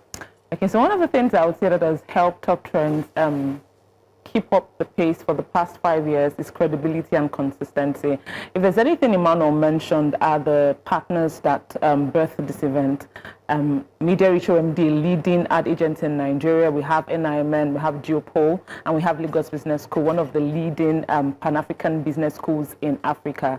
So this tells you the credibility of the insights and the data that we postulate, or that we predict rather. And another thing to also note is that we wanted to harm business leaders with not just data. Like Emmanuel mentioned, there are a lot of global data released at the beginning of the year, and none of this is really localized to Nigeria. You understand? Businesses could not use this data to really drive change for their business. And so we looked at, okay, why not, instead of just having data, can we help businesses to begin to turn this data into insights that can help them, do marketing better and target consumers better? And so over the years, we've consistently predicted insights that have helped businesses, that have even helped them to stay ahead. And that's one of the things that have helped us, kept up the game for the past 5 years. Okay, still, looking within that area, I want to come back to Emmanuel. The theme this year is insight-driven decisions to disrupt the marketing industry. What does that really mean? What does that look like? I know it's a mouthful, right? Yeah. But essentially, what we're looking at is the landscape is constantly evolving, and to stay ahead of that curve, you need relevant information to help you make informed decisions. At the Top Trends 2026, we're going to be curating the most relevant of those insights, presenting them in a way that is actionable for business owners and all that will be in attendance. And the aim of all of this is to help you enter 2026 with the needed confidence to drive the results that you need to move your business forward. So that's essentially what you can expect to get at the Top Trends 2026 edition. Okay. Just putting on a note there, right? One of the things that is very key for us this year is disruption, right? We want businesses to be disruptive and innovative, and that's what birthed that team. Insight-driven decisions. How can businesses stop from being reactive to becoming proactive? How can they begin to take disruptive decisions that would change the landscape with all the information about AI, marketing intelligence that we have? And that was what also birthed that team. So disruption is very key for businesses this year. Okay, aside from the theme, what elements should we expect that will make it different from last year, isn't it? Oh, fantastic question. Thank you. So for 2026, we started something that we have not done before in Top Trends. We wanted to give back, and then we decided to start the Next Generation Marketing Contest for upcoming marketers in the industry, right? These are the new people with the information they have about the digital landscape, AI, and all of that. We wanted to give them an opportunity to not just sit in the room, but get this data ahead and then help them, harness all this information to begin to drive change. So that's something that we're expected to see for this Top Trends this year. Another thing is the Red Room. So the Red Room, yes, Red Room, right? So the Red Room is an initiative also by Media Reach OMD, right, to drive conversation about marketing, digital disruption and artificial intelligence. So the Red Room is going to be live at the Top Trends, and we have a curation of fantastic panelists that will be handling these conversations, so it's something to look out for. Okay, so let's look out for. So, all right, Red Room. I'm wearing red. I was almost doing that. Like, are you sure you'll be in the Red Room? You need to be there. Yeah. Okay. So now let's talk about the date. Where is this happening? When is this happening? Who can be a part of this event? Yeah. So the Red Room for 2026 is happening Thursday, 29th of January. We kick off at 10 a.m. prompt, but audiences are supposed to be plugged in 15 minutes before that time. In terms of who it's meant for, we are looking at business owners, key decision leaders, those in the marketing space, or those that are also in the academia, right? Anyone really that would benefit from information about how to market their business effectively in 2026 is supposed to be in attendance. We are also expecting to see media partners like yourselves or media practitioners like yourself at this event, and you would certainly want to make sure that it's an event you don't miss. All right. Well, we have just one or two more questions before we wrap up this conversation, but let's go on a very quick break, and when we come back, the conversation continues. Please stay with us. Welcome back to Breakfast Central. We still are talking about Top Trends, which is an annual marketing intelligence conference happening on the 29th of January, Thursday the 29th of January. Let's get further details, isn't it? You know, Emmanuel, before we went on the break, explained to us who should be there, but how can people register for this event? Okay, so the Top Trends event is a virtual event. It's on Zoom, so everybody can register. The link will be projected on the screen, but it's bit.ly/Top Trends 2026 in caps. All right. bit.ly/Top Trends 2026 in all caps, right? And please, I was going to say this, that if you're in Nigeria, and the Top Trends is actually for you, because you're either a consumer or you are a business owner.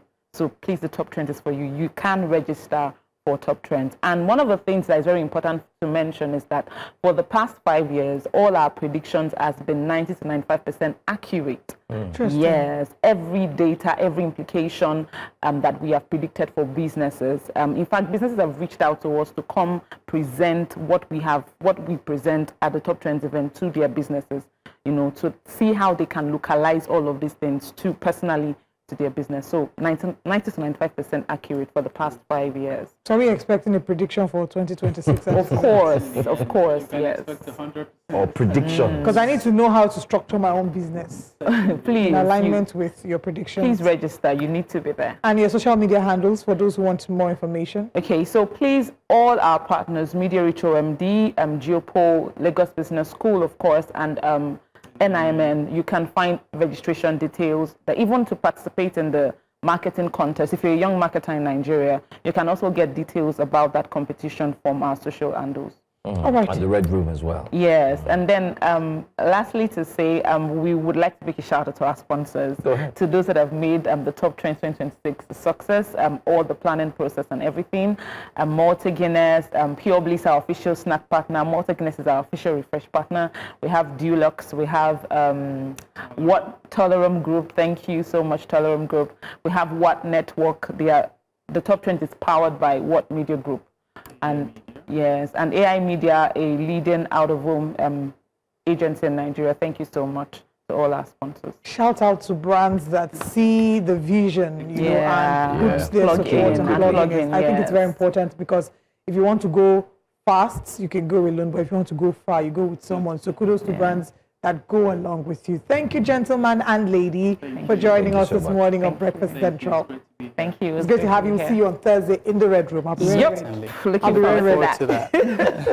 All right, this is still Breakfast Central. We, of course, want to remind you that we're streaming live on YouTube via News Central TV Live, where we have you drop your comments regarding conversations. But we'll be moving on to political conversations, where we will tell you about what's happening with the ADC, and Peter will be after this break. Stay with us. Tensions are high in the African Democratic Congress, ADC, as the supporters of the former Anambra State Governor, Peter Obi, popularly known as Obidients, are insisting that he must be considered for the party's presidential ticket or risk withdrawing their support. The development comes months after Obi's defection to the ADC from the Labour Party in December 2025, when he joined the party with the intent of contesting for the nation's highest office. Bear in mind, he said, it's president or nothing. However, some party leaders, particularly from the north, are said to be uneasy with what they describe as the overbearing approach of Obi's backers, raising fears of internal divisions that could weaken the party's chances in 2027. Voices from the Obidient movement have also warned that they will not support Obi as a vice presidential candidate, underscoring the high stakes involved in the ongoing debate. To help us unpack what these internal tensions could mean for the ADC, we're joined by a member of the ADC here in Lagos State, Oluwaseyi Akinde. Thank you very much for joining us. Thank you for having me. What is happening within your party? It seems like the drama from the other party has now followed these politicians into the ADC. The ADC had come up with the idea of toppling what was existing in terms of party structures and party politics. But it seems like the same fate is befalling the ADC. Good morning, Nigerians.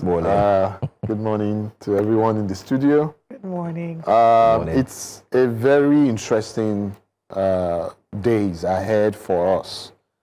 You know, like you said, you know, there's a lot of passion around what the future of Nigeria looks like, especially for young people who are just getting into politics. And because of the old order, the feeling of how primaries is being run, what happens in primaries, the experience, nature of those who have been in politics, and the fact that people feel that Nigeria must have a new turn. So all this combination of young people now joining the ADC, especially those in the Obidient movement, is a bit, you know, but like I said the last time, I believe the ADC has a lot of experienced politicians who are at the leadership, who would help to manage this passion. The Obidient movement is also has a national coordinator, which is Dr. Tanko. And if you've also listened to him, he has tried as much as possible to continue to manage the passion of members of the Obidient movement, because they feel that in Nigeria, someone who has shown the character, who has the competence, Peter Obi has the requirement, like you know, in the party. But like Obi himself has rightly mentioned in many of his interviews and also in the Twitter space he holds with the Obidient movement regularly, he has said that he has joined the party as a member of the party. When he gets to the point where the party will choose who becomes a flag bearer, he will go through the process. He will go through the process, and whatever happens in the party, the future of the party, he's part of it. He has mentioned it. So let us hope that that is being able to manage. He goes through that process. Whatever happens in the party, Nigeria will be rescued. I think that's the bigger goal for the party. And that's what we see. How will Nigeria be rescued when, just like Chinua Achebe, I believe, said, things fall apart, the center cannot hold. The Obedients are very firm about only throwing their support behind Peter Obi if he gets the presidential ticket, not as a vice presidential candidate. Meanwhile, there are people who have framed the ADC as Atiku's birthright. So they're very strong names that are vying for this position. And yes, initially, a number of them had said they will go through the process and support whoever emerges. But it doesn't seem quite like that from, you know, the body language we're starting to see. Yes. So His Excellency Atiku Abubakar has his own huge followers that came with him from the PDP. His Excellency Peter Obi also has his own huge followers, which we came from the Labour Party and all of that. And like Obi has mentioned, he has been a part of the ADC coalition before it was even announced. And he has consistently mentioned that, look, this coalition is meant to rescue Nigeria. However, there are a lot of stars within this vying for the same, too many stars, vying for the same position. And for me, having sat down with some of these elderly politicians, I think they have come to terms also to respect the wishes of young people. And that's the reason why you see His Excellency Atiku coming out last week, warning even his own supporters to be careful about the rhetorics of setting themselves between Atiku's supporter and Obi. No. And saying that, look, we are here together and we have a common front. And what is that common front is to say that, look, Nigeria is bleeding and we need to get the APC out of power. And that is the most important thing right now that they are talking about. So I feel that there is nothing much more important than rescuing Nigeria than that. And I think the leaders understand that. However, it may be difficult for supporters to understand that right now. But I feel that His Excellency Peter Obi in the coming days will also be speaking to this issue to make sure that both parties, both supporters can find alignment. And I feel that's the best solution. Well, it pretty much seems like that would be the best solution, but come to terms. I mean, you're with the ADC, so it doesn't mean that you're not aware of what is happening, even in other political parties. just when Mr. Peter Gregory stepped out of the Labour Party, the Supreme Court affirms the position of the acting national chairman or interim national chairman, Nadi Usman. And not just that, just over the weekend, Nadi Usman declares that the presidential slot of the Labour Party will be going to the south. That's much like dangling a carrot right back at Mr. Peter Gregory, who had left for reasons best known. Now, many have said this shouldn't have been. These Supreme Court announcements should have been made while Mr. Peter Gregory was there. You agree that he's a strong force with the ADC, and should he decide to take his leave and head back to the Labour Party, although we do not see that happening, well, but this is politics, this is Nigeria, anything can happen. Don't you think that could be a colossal loss, and therefore is the ADC considering doing something to ensure that that doesn't even happen? Yes. You know, the issue that stemmed while His Excellency was in the Labour Party was as a result of the fact that you cannot have a presidential candidate coming from the South and also have a chairman of the party also coming from the South. And this was the appeal we made to the Abure-led leadership to understand that, so that you can have the support of the North. Because there's no way you win election without that handshake. But obviously, he didn't understand that. And that was what led to the issue. You know, they did these primaries, the Congress that was done, which party members largely rejected.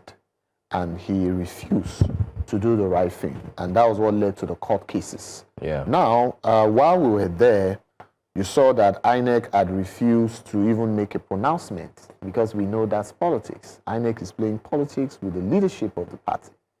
Eventually, at a point, you know, for every serious politician that actually wants to win election, you need a political platform.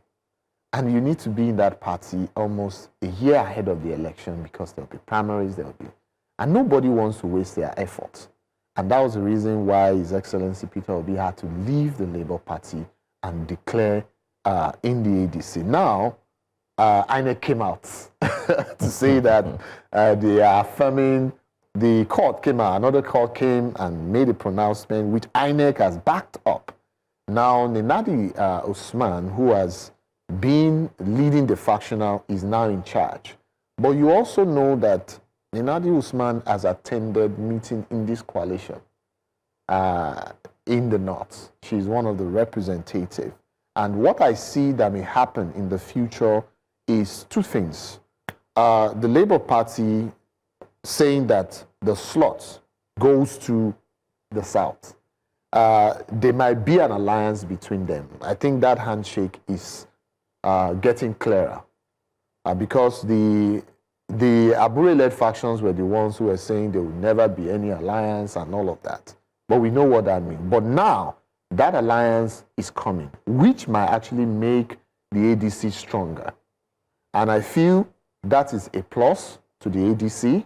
That is also a plus to the Labour Party. But the Obidients don't agree. Obidients are, you know, coming to terms with the understanding of what is involved in coalition. Don't forget, coalition is a combination of different people with different interests. For the Obidient movement and the leadership, we want to win election. We want to change the trajectory of Nigeria. For some other politicians, it's a 4-year thing. Some want to pay their house rent, some want to. So you see a combination of. So it's actually difficult to manage a coalition. But we're trusting the experience of the leaders themselves. People like Alhaji Atiku, people like Peter Obi also, who has consistently maintained that let's calm down. Let's understand that Nigeria is at stake. And for the purpose of ending poverty, creating jobs for young people, and preserving the dignity of the Nigerian people, we have to come together. That, and what that means is that in this process, you have the good, the bad, and the ugly, but we hope that leadership will manage it such that this ADC platform will present a candidate that would win the 2027 election. So that I mean, we can rest this APC. I think they are out of ideas. You think so? Yeah, I think they are out of ideas. The party that you say that is out of ideas has recently seen migration of certain big political names from their various parties. They have controlled regions within Nigeria. At this point, the whole South is APC. They've all moved to the All Progressives Congress. We've seen governors, lawmakers. So whilst you might say the party is done, it doesn't seem quite like it. How well would you say the ADC is armed for whatever the APC has up its sleeves? And are you concerned that sooner than later they will infiltrate the ADC and have more people move from the ADC to the APC?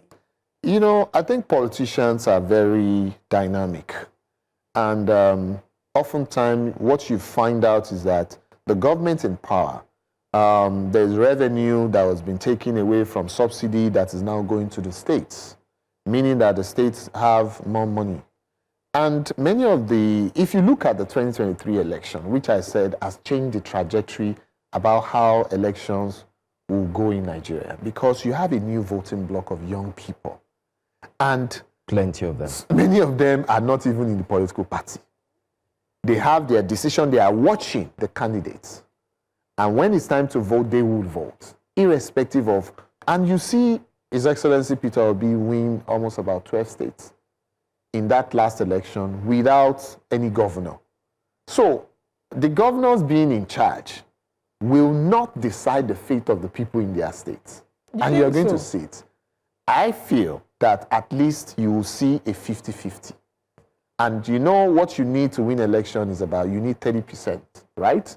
In that state, which I feel that the ADC will get it. This, what you're saying is that at best, hopeful. Yes. Because what we've seen in previous times, the pattern we've seen with elections in Nigeria is oftentimes the people will lean in favor of the governorship either by hook or by crook because you are in power, you are in the seat of power. It's often difficult to defeat the incumbent.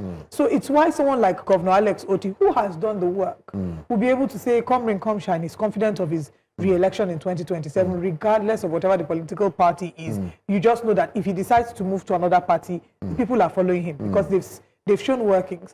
But you're saying that the governors moving to the All Progressives Party is not a determining factor. I feel like it's hopeful. Yes, we are hopeful, but you must also understand that it's not a strategy.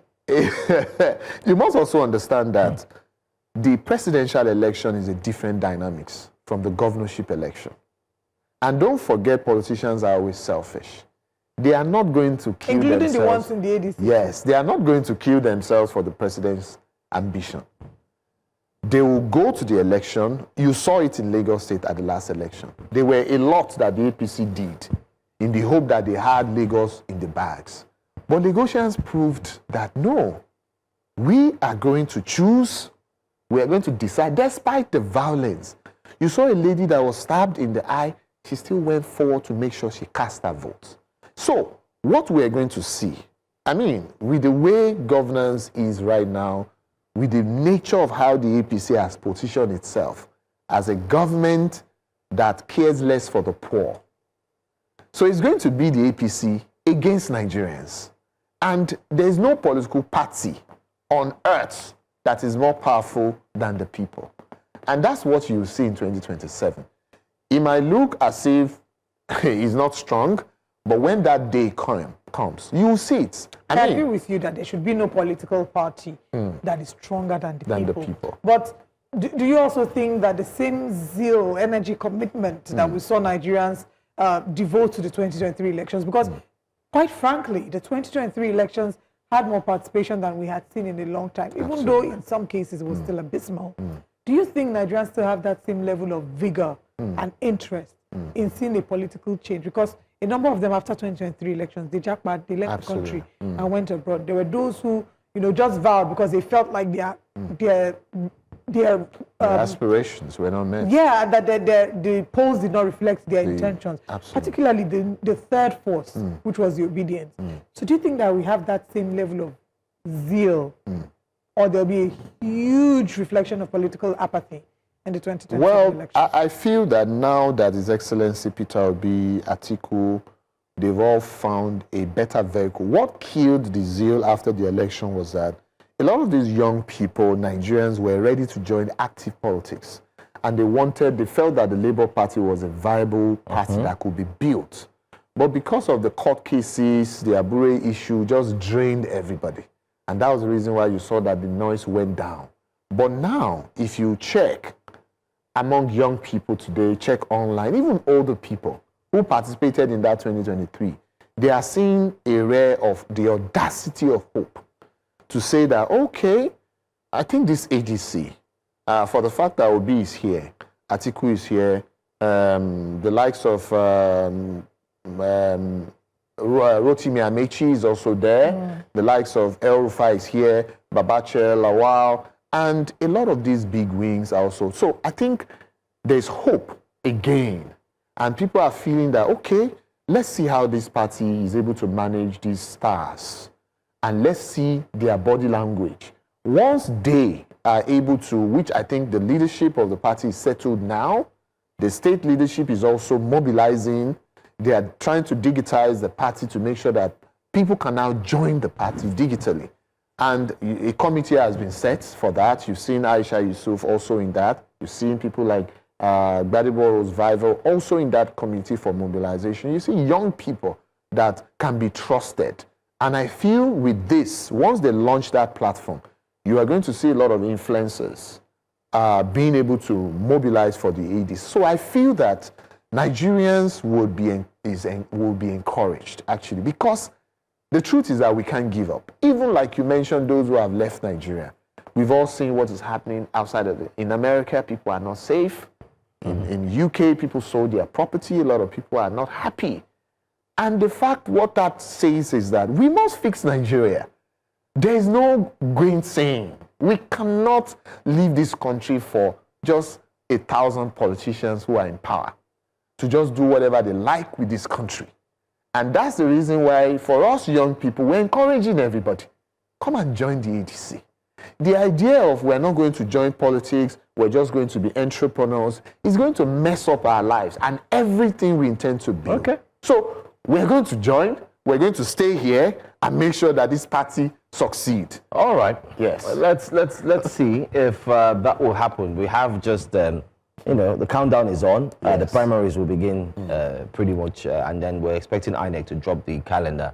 Of course, there was a forged one that was dropped initially, and INEC came out and debunked that calendar that was dropped for the election cycle. Thank you so much for joining us. Thanks for clarifying the air as well. If you're watching, this is Breakfast Central. Stay with us. The front pages of the newspapers is up next. And today is a special day, a big one, especially for a name that is quite synonymous with issues that's got to do with fraud here in Nigeria. Stay with us. We'll tell you about it in a moment. All right, you're welcome back to Breakfast Central. We're still reviewing the newspaper front pages. And now on the front page of this Nigerian newspaper, there were stories that we're taking. And now let's start with the battle between the governor of Kano State and the leader of the Kwankwasia movement. So it is Yusuf Abba versus Kwankwaso. Kwankwaso has said it is betrayal for people to leave to the APC. Meanwhile, this same Kwankwaso, was it not the one that said earlier that any party that is willing to give him vice presidential candidate ticket, president is you remove president or vice president? So, first of all, politics, like every other thing, it's about personal interest. Exactly. And Kano has its own peculiarities, nature and character. I live in Kano for 7 years. I school at the UK. Yes. And lectured by, tutored by the famous and popular Karujega. You see, Kano is different. This same Kwakwaso is the most powerful political figure in Kano State. This same Kwakwaso was betrayed by his longtime ally and governor of the state, Ganduje. But they could not win the state, take the state from him. Yusuf was his PA when he was minister. This Governor Yusuf, this PA, they've come a long way. So when Kwakwaso betrayed him and left, it was easy for Kwakwaso to pick Yusuf and he won the governorship easily because of the influence and political power of Kwakwaso. What we are seeing now is the president trying to win Kano by all means. Kano has been led for the past a year or two now by two emir, first time in their history. That's not been resolved. All the sake for the sake of 2027. Now, the dice is cast. The governor is leaving. And some 40 members of assembly, the 40 members, or most of the council chairmen in Kano State, about 8 members of House of Reps, they are leaving the party with the governor. But I can tell you that the political structure of the state still belongs to. And that's what I wanted to ask you. That, do you think that the governor is very popular, and kind of people don't like betrayers. I can say it authoritatively here that they cannot, even very difficult to defeat Kwaso in that state. Anybody you pick now will be the governor of that state. It will be difficult. Somebody on this show, I'm not quite we should sure. also forget that if you look at the figure, the votes called by APC in the last election, it was massive. But it means that APC also have their own support. But from my findings, my friends, and some people in that state, it will be difficult to defeat. Is there any remote possibility that all of this is just an act? And I ask this because we had a guest on the show who believes that there's no way that Yusuf Abba is actually planning to move to the All Progressives Congress, because just like you said, he believes they believe so strongly in loyalty, and he thinks that if he's going there as a mole, and it's a lot of pretense to just... No. You see, this man met Tinubu last week. They must have discussed many things. One, give me the slot. It should be automatic. Two, if eventually I did not win, I'll be a minister. These are the things that they put on the table. You know, and Tinubu is very smart. Very smart.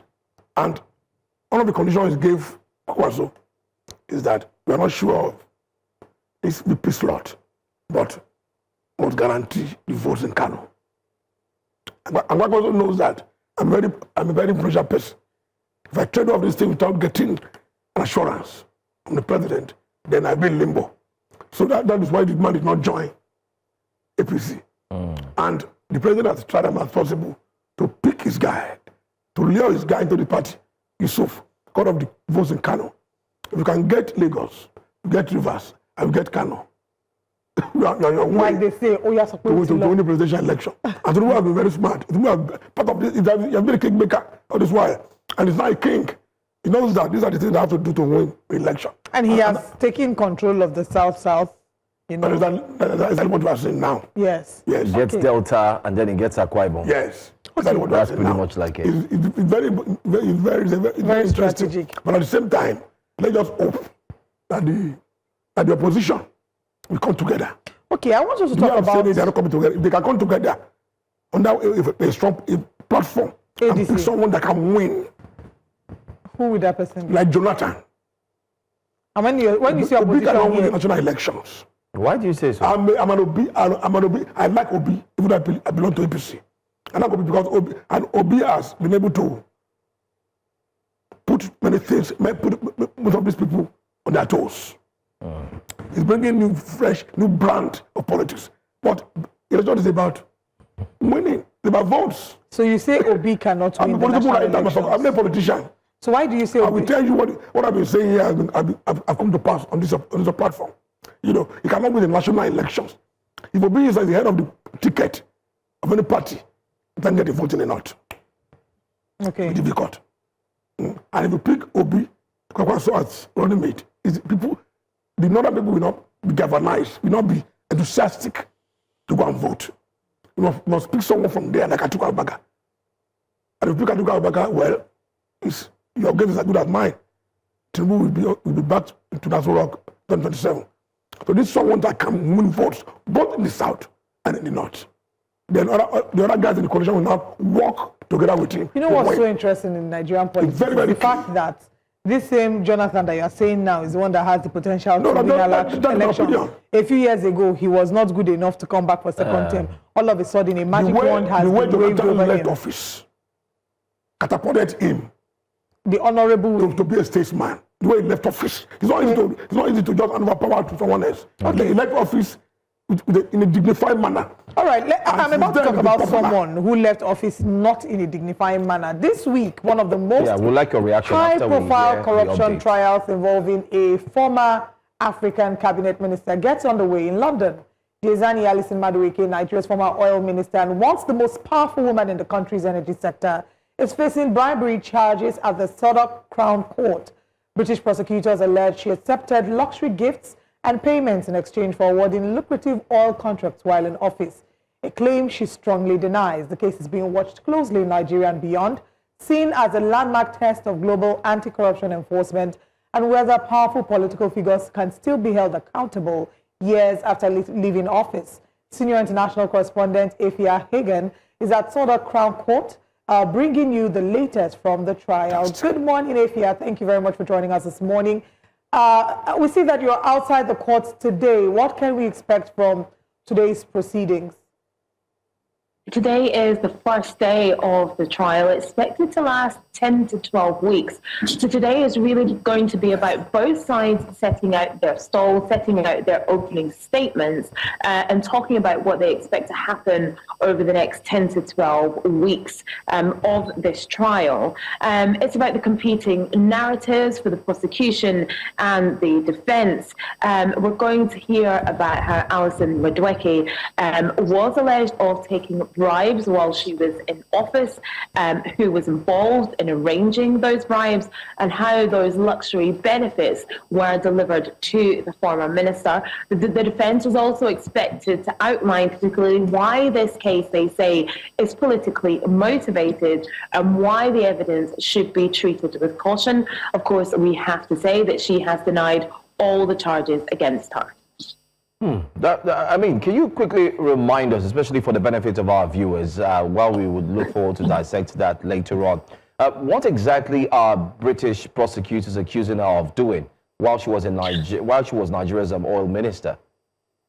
Well, Alison-Madueke, of course, was one of the most powerful government figures, a key government figure as head of OPEC between 2010 and 2015. So she's been accused of accepting bribes and luxury benefits in exchange for securing lucrative oil contracts. Now, they say that this included flights on private jets, chauffeured cars, and high-end accommodation. And this is all linked to big business figures who are seeking favorable treatment in Nigeria's oil industry. Wow. All right. Also, just to quickly confirm about the evidence, these are strong allegations. She has denied them. But what evidence is the UK National Crime Agency presenting in court?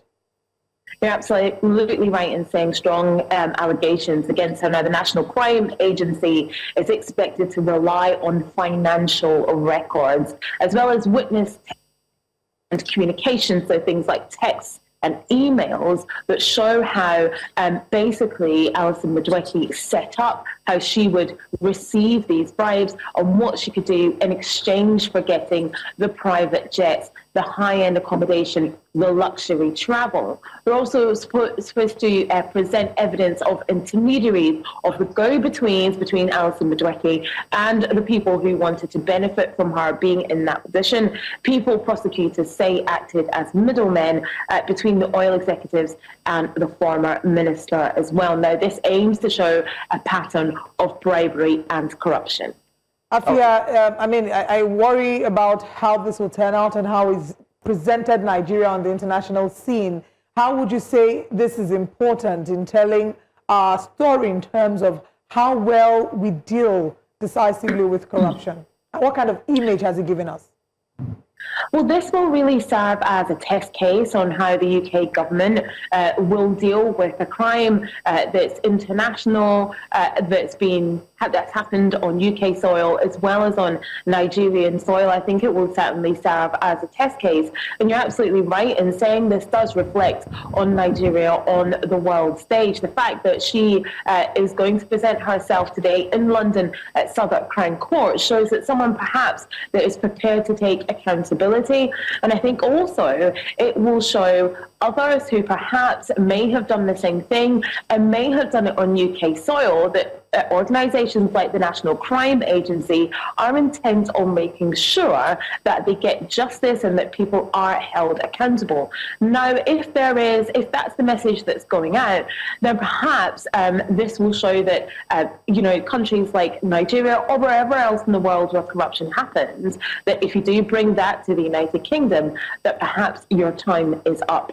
So I think that's how this case will be followed, that perhaps it will be a test case for international corruption trials going forward.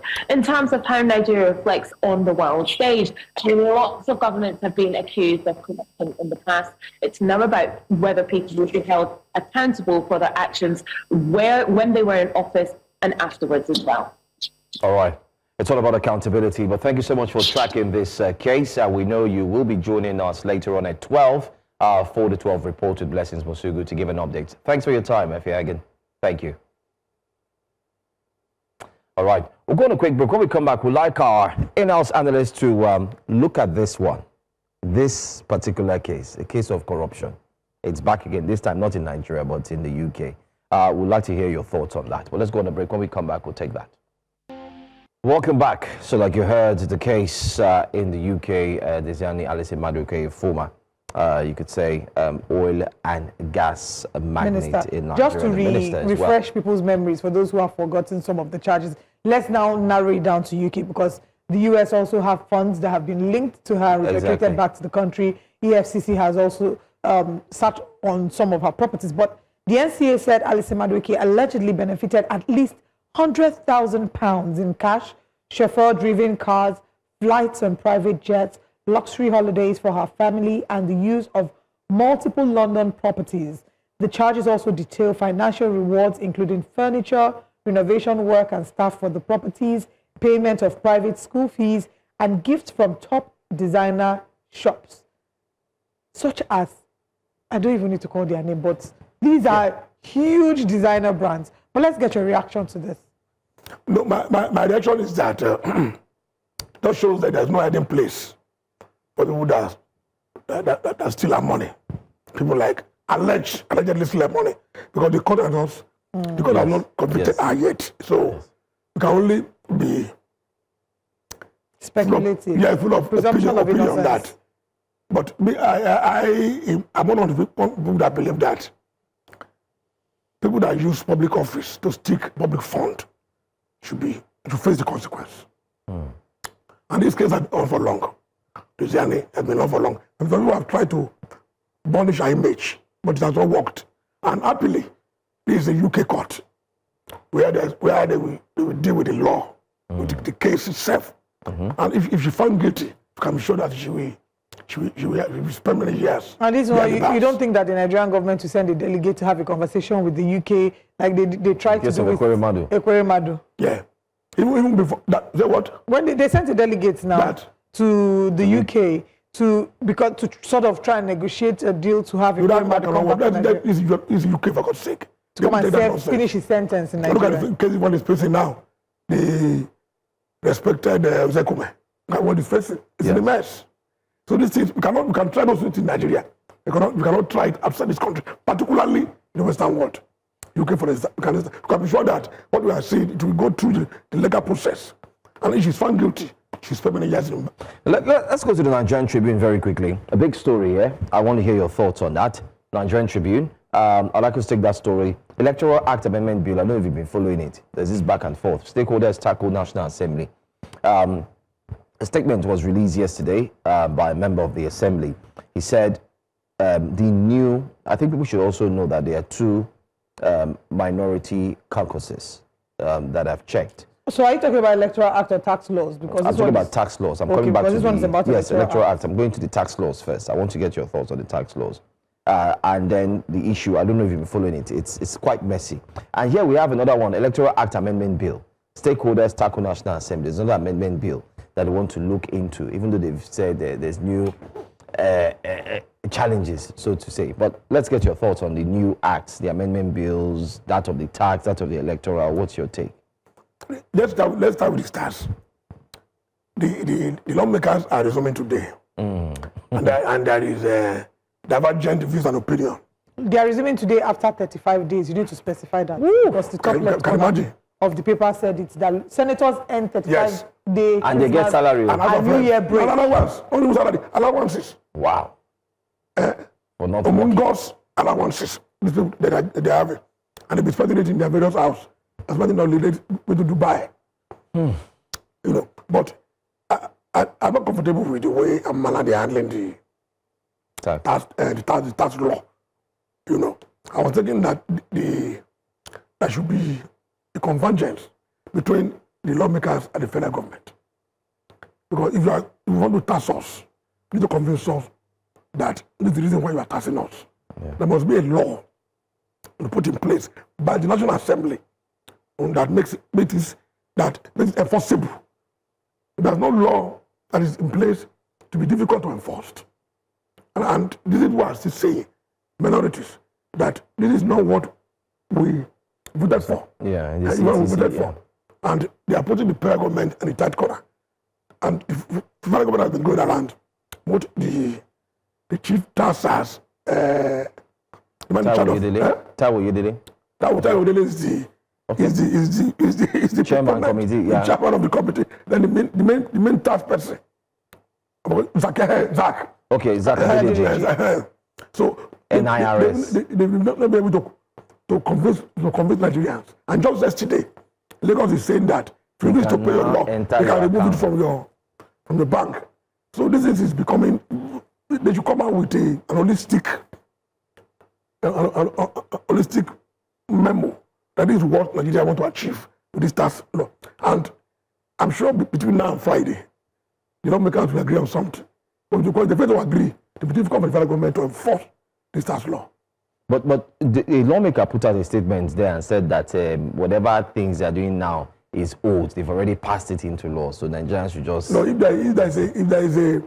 if something is hanging on it, if the house is hanging on it, it will be difficult to consummate eventually. They should come together and let all of them agree. That is what we want to do. Now we have all agreed, signed by the president, then let's go ahead and enforce it. Without doubt, that will be hanging on it. Okay. I want to go back to a story that I saw on the electoral law. Yes. I think the main thing is to ensure that it's free and fair elections in Nigeria. People are saying that the way the law is now can easily be manipulated. And that if they are transmitting is the major problem. Yes. Result from the polling center to the collation center. Yeah. It should be seamless. And it should be done electronically. Yes. But that it should be in the law. Should be explicit in the law. Yeah. We have not there yet. That section. And if it's not there, it leaves room for many irregularities. Yeah. All right. I want us to talk about something I saw on the front page of this Nigerian newspaper. We had spoken about it earlier. SERAP sues Power Minister Nbet over missing 128 billion naira. So the Auditor-General's report showed that there was 128 billion naira that was unaccounted for. SERAP has taken Adebayo Adelabu and Nbet to court. Adelabu's response through his media aide is that the SERAP should stop carrying misleading information, that this funds was not in his tenure. It was even before he came into power, that it was in 2022. Is that a good enough excuse? Because this is what we see in successive governments. One person hands over to another person. The person that comes after says, I didn't know. We saw it with Ministry of Humanitarian Affairs with Betta Edu and her predecessor. One person does one thing, and then, we don't follow through. The other person comes and continues. So is it enough excuse for him to say, it wasn't in my time, it was the minister before? No, we don't want to know who stands. But the money is still missing. And I just want to know where the money is.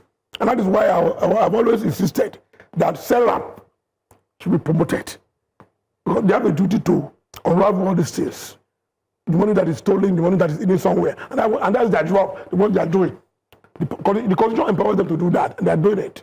So the media has a duty to promote and make sure that what they are saying is in public space. Yeah. So where is the money? Where is the money that is talking about? That is it. I'm sure that by giving it the front page prominence, Tribune is saying that, yes, we are still waiting for the money to be brought out. Okay. I want us to, let me see if I can take a different newspaper before we wrap up. The front page of Daily Independent newspaper. 4 banks risk forced merger and downgrade as deadline for recapitalization nears. It will be interesting to see what banks these are. Okay, so the 4 banks in this case, it says Nigeria's banking sector hurdles towards the Central Bank of Nigeria, CBN recapitalization deadline. 4 lenders, Union Bank, Keystone Bank, Unity Bank, and Polaris Bank, stand out for the wrong reasons. And you can go into the details of that.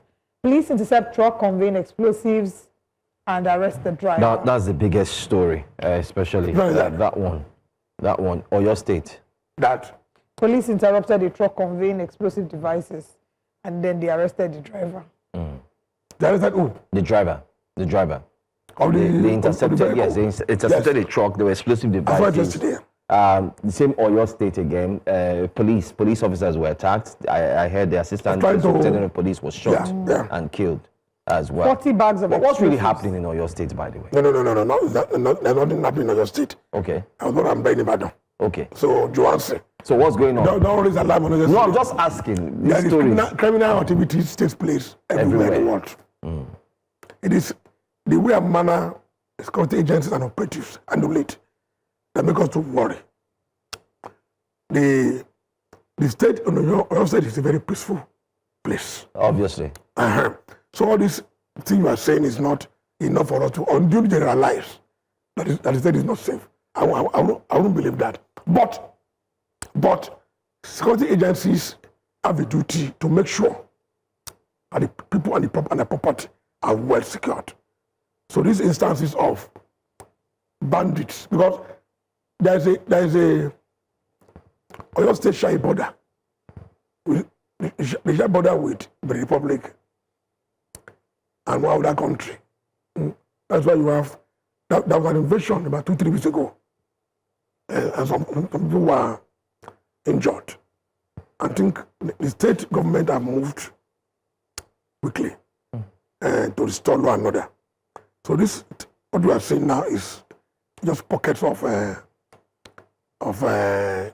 insecurity, but it should not be enough to scare anybody. No, to scare anybody. Thinking that Oyo State remain a very peaceful place. I see. If I don't go to Oyo State, so Ibadan twice in 2 months, I will be okay. Okay, there's a story I think we can use to close if time permits. Yes. Tinubu departs for Turkey today on state visit. He's gone again.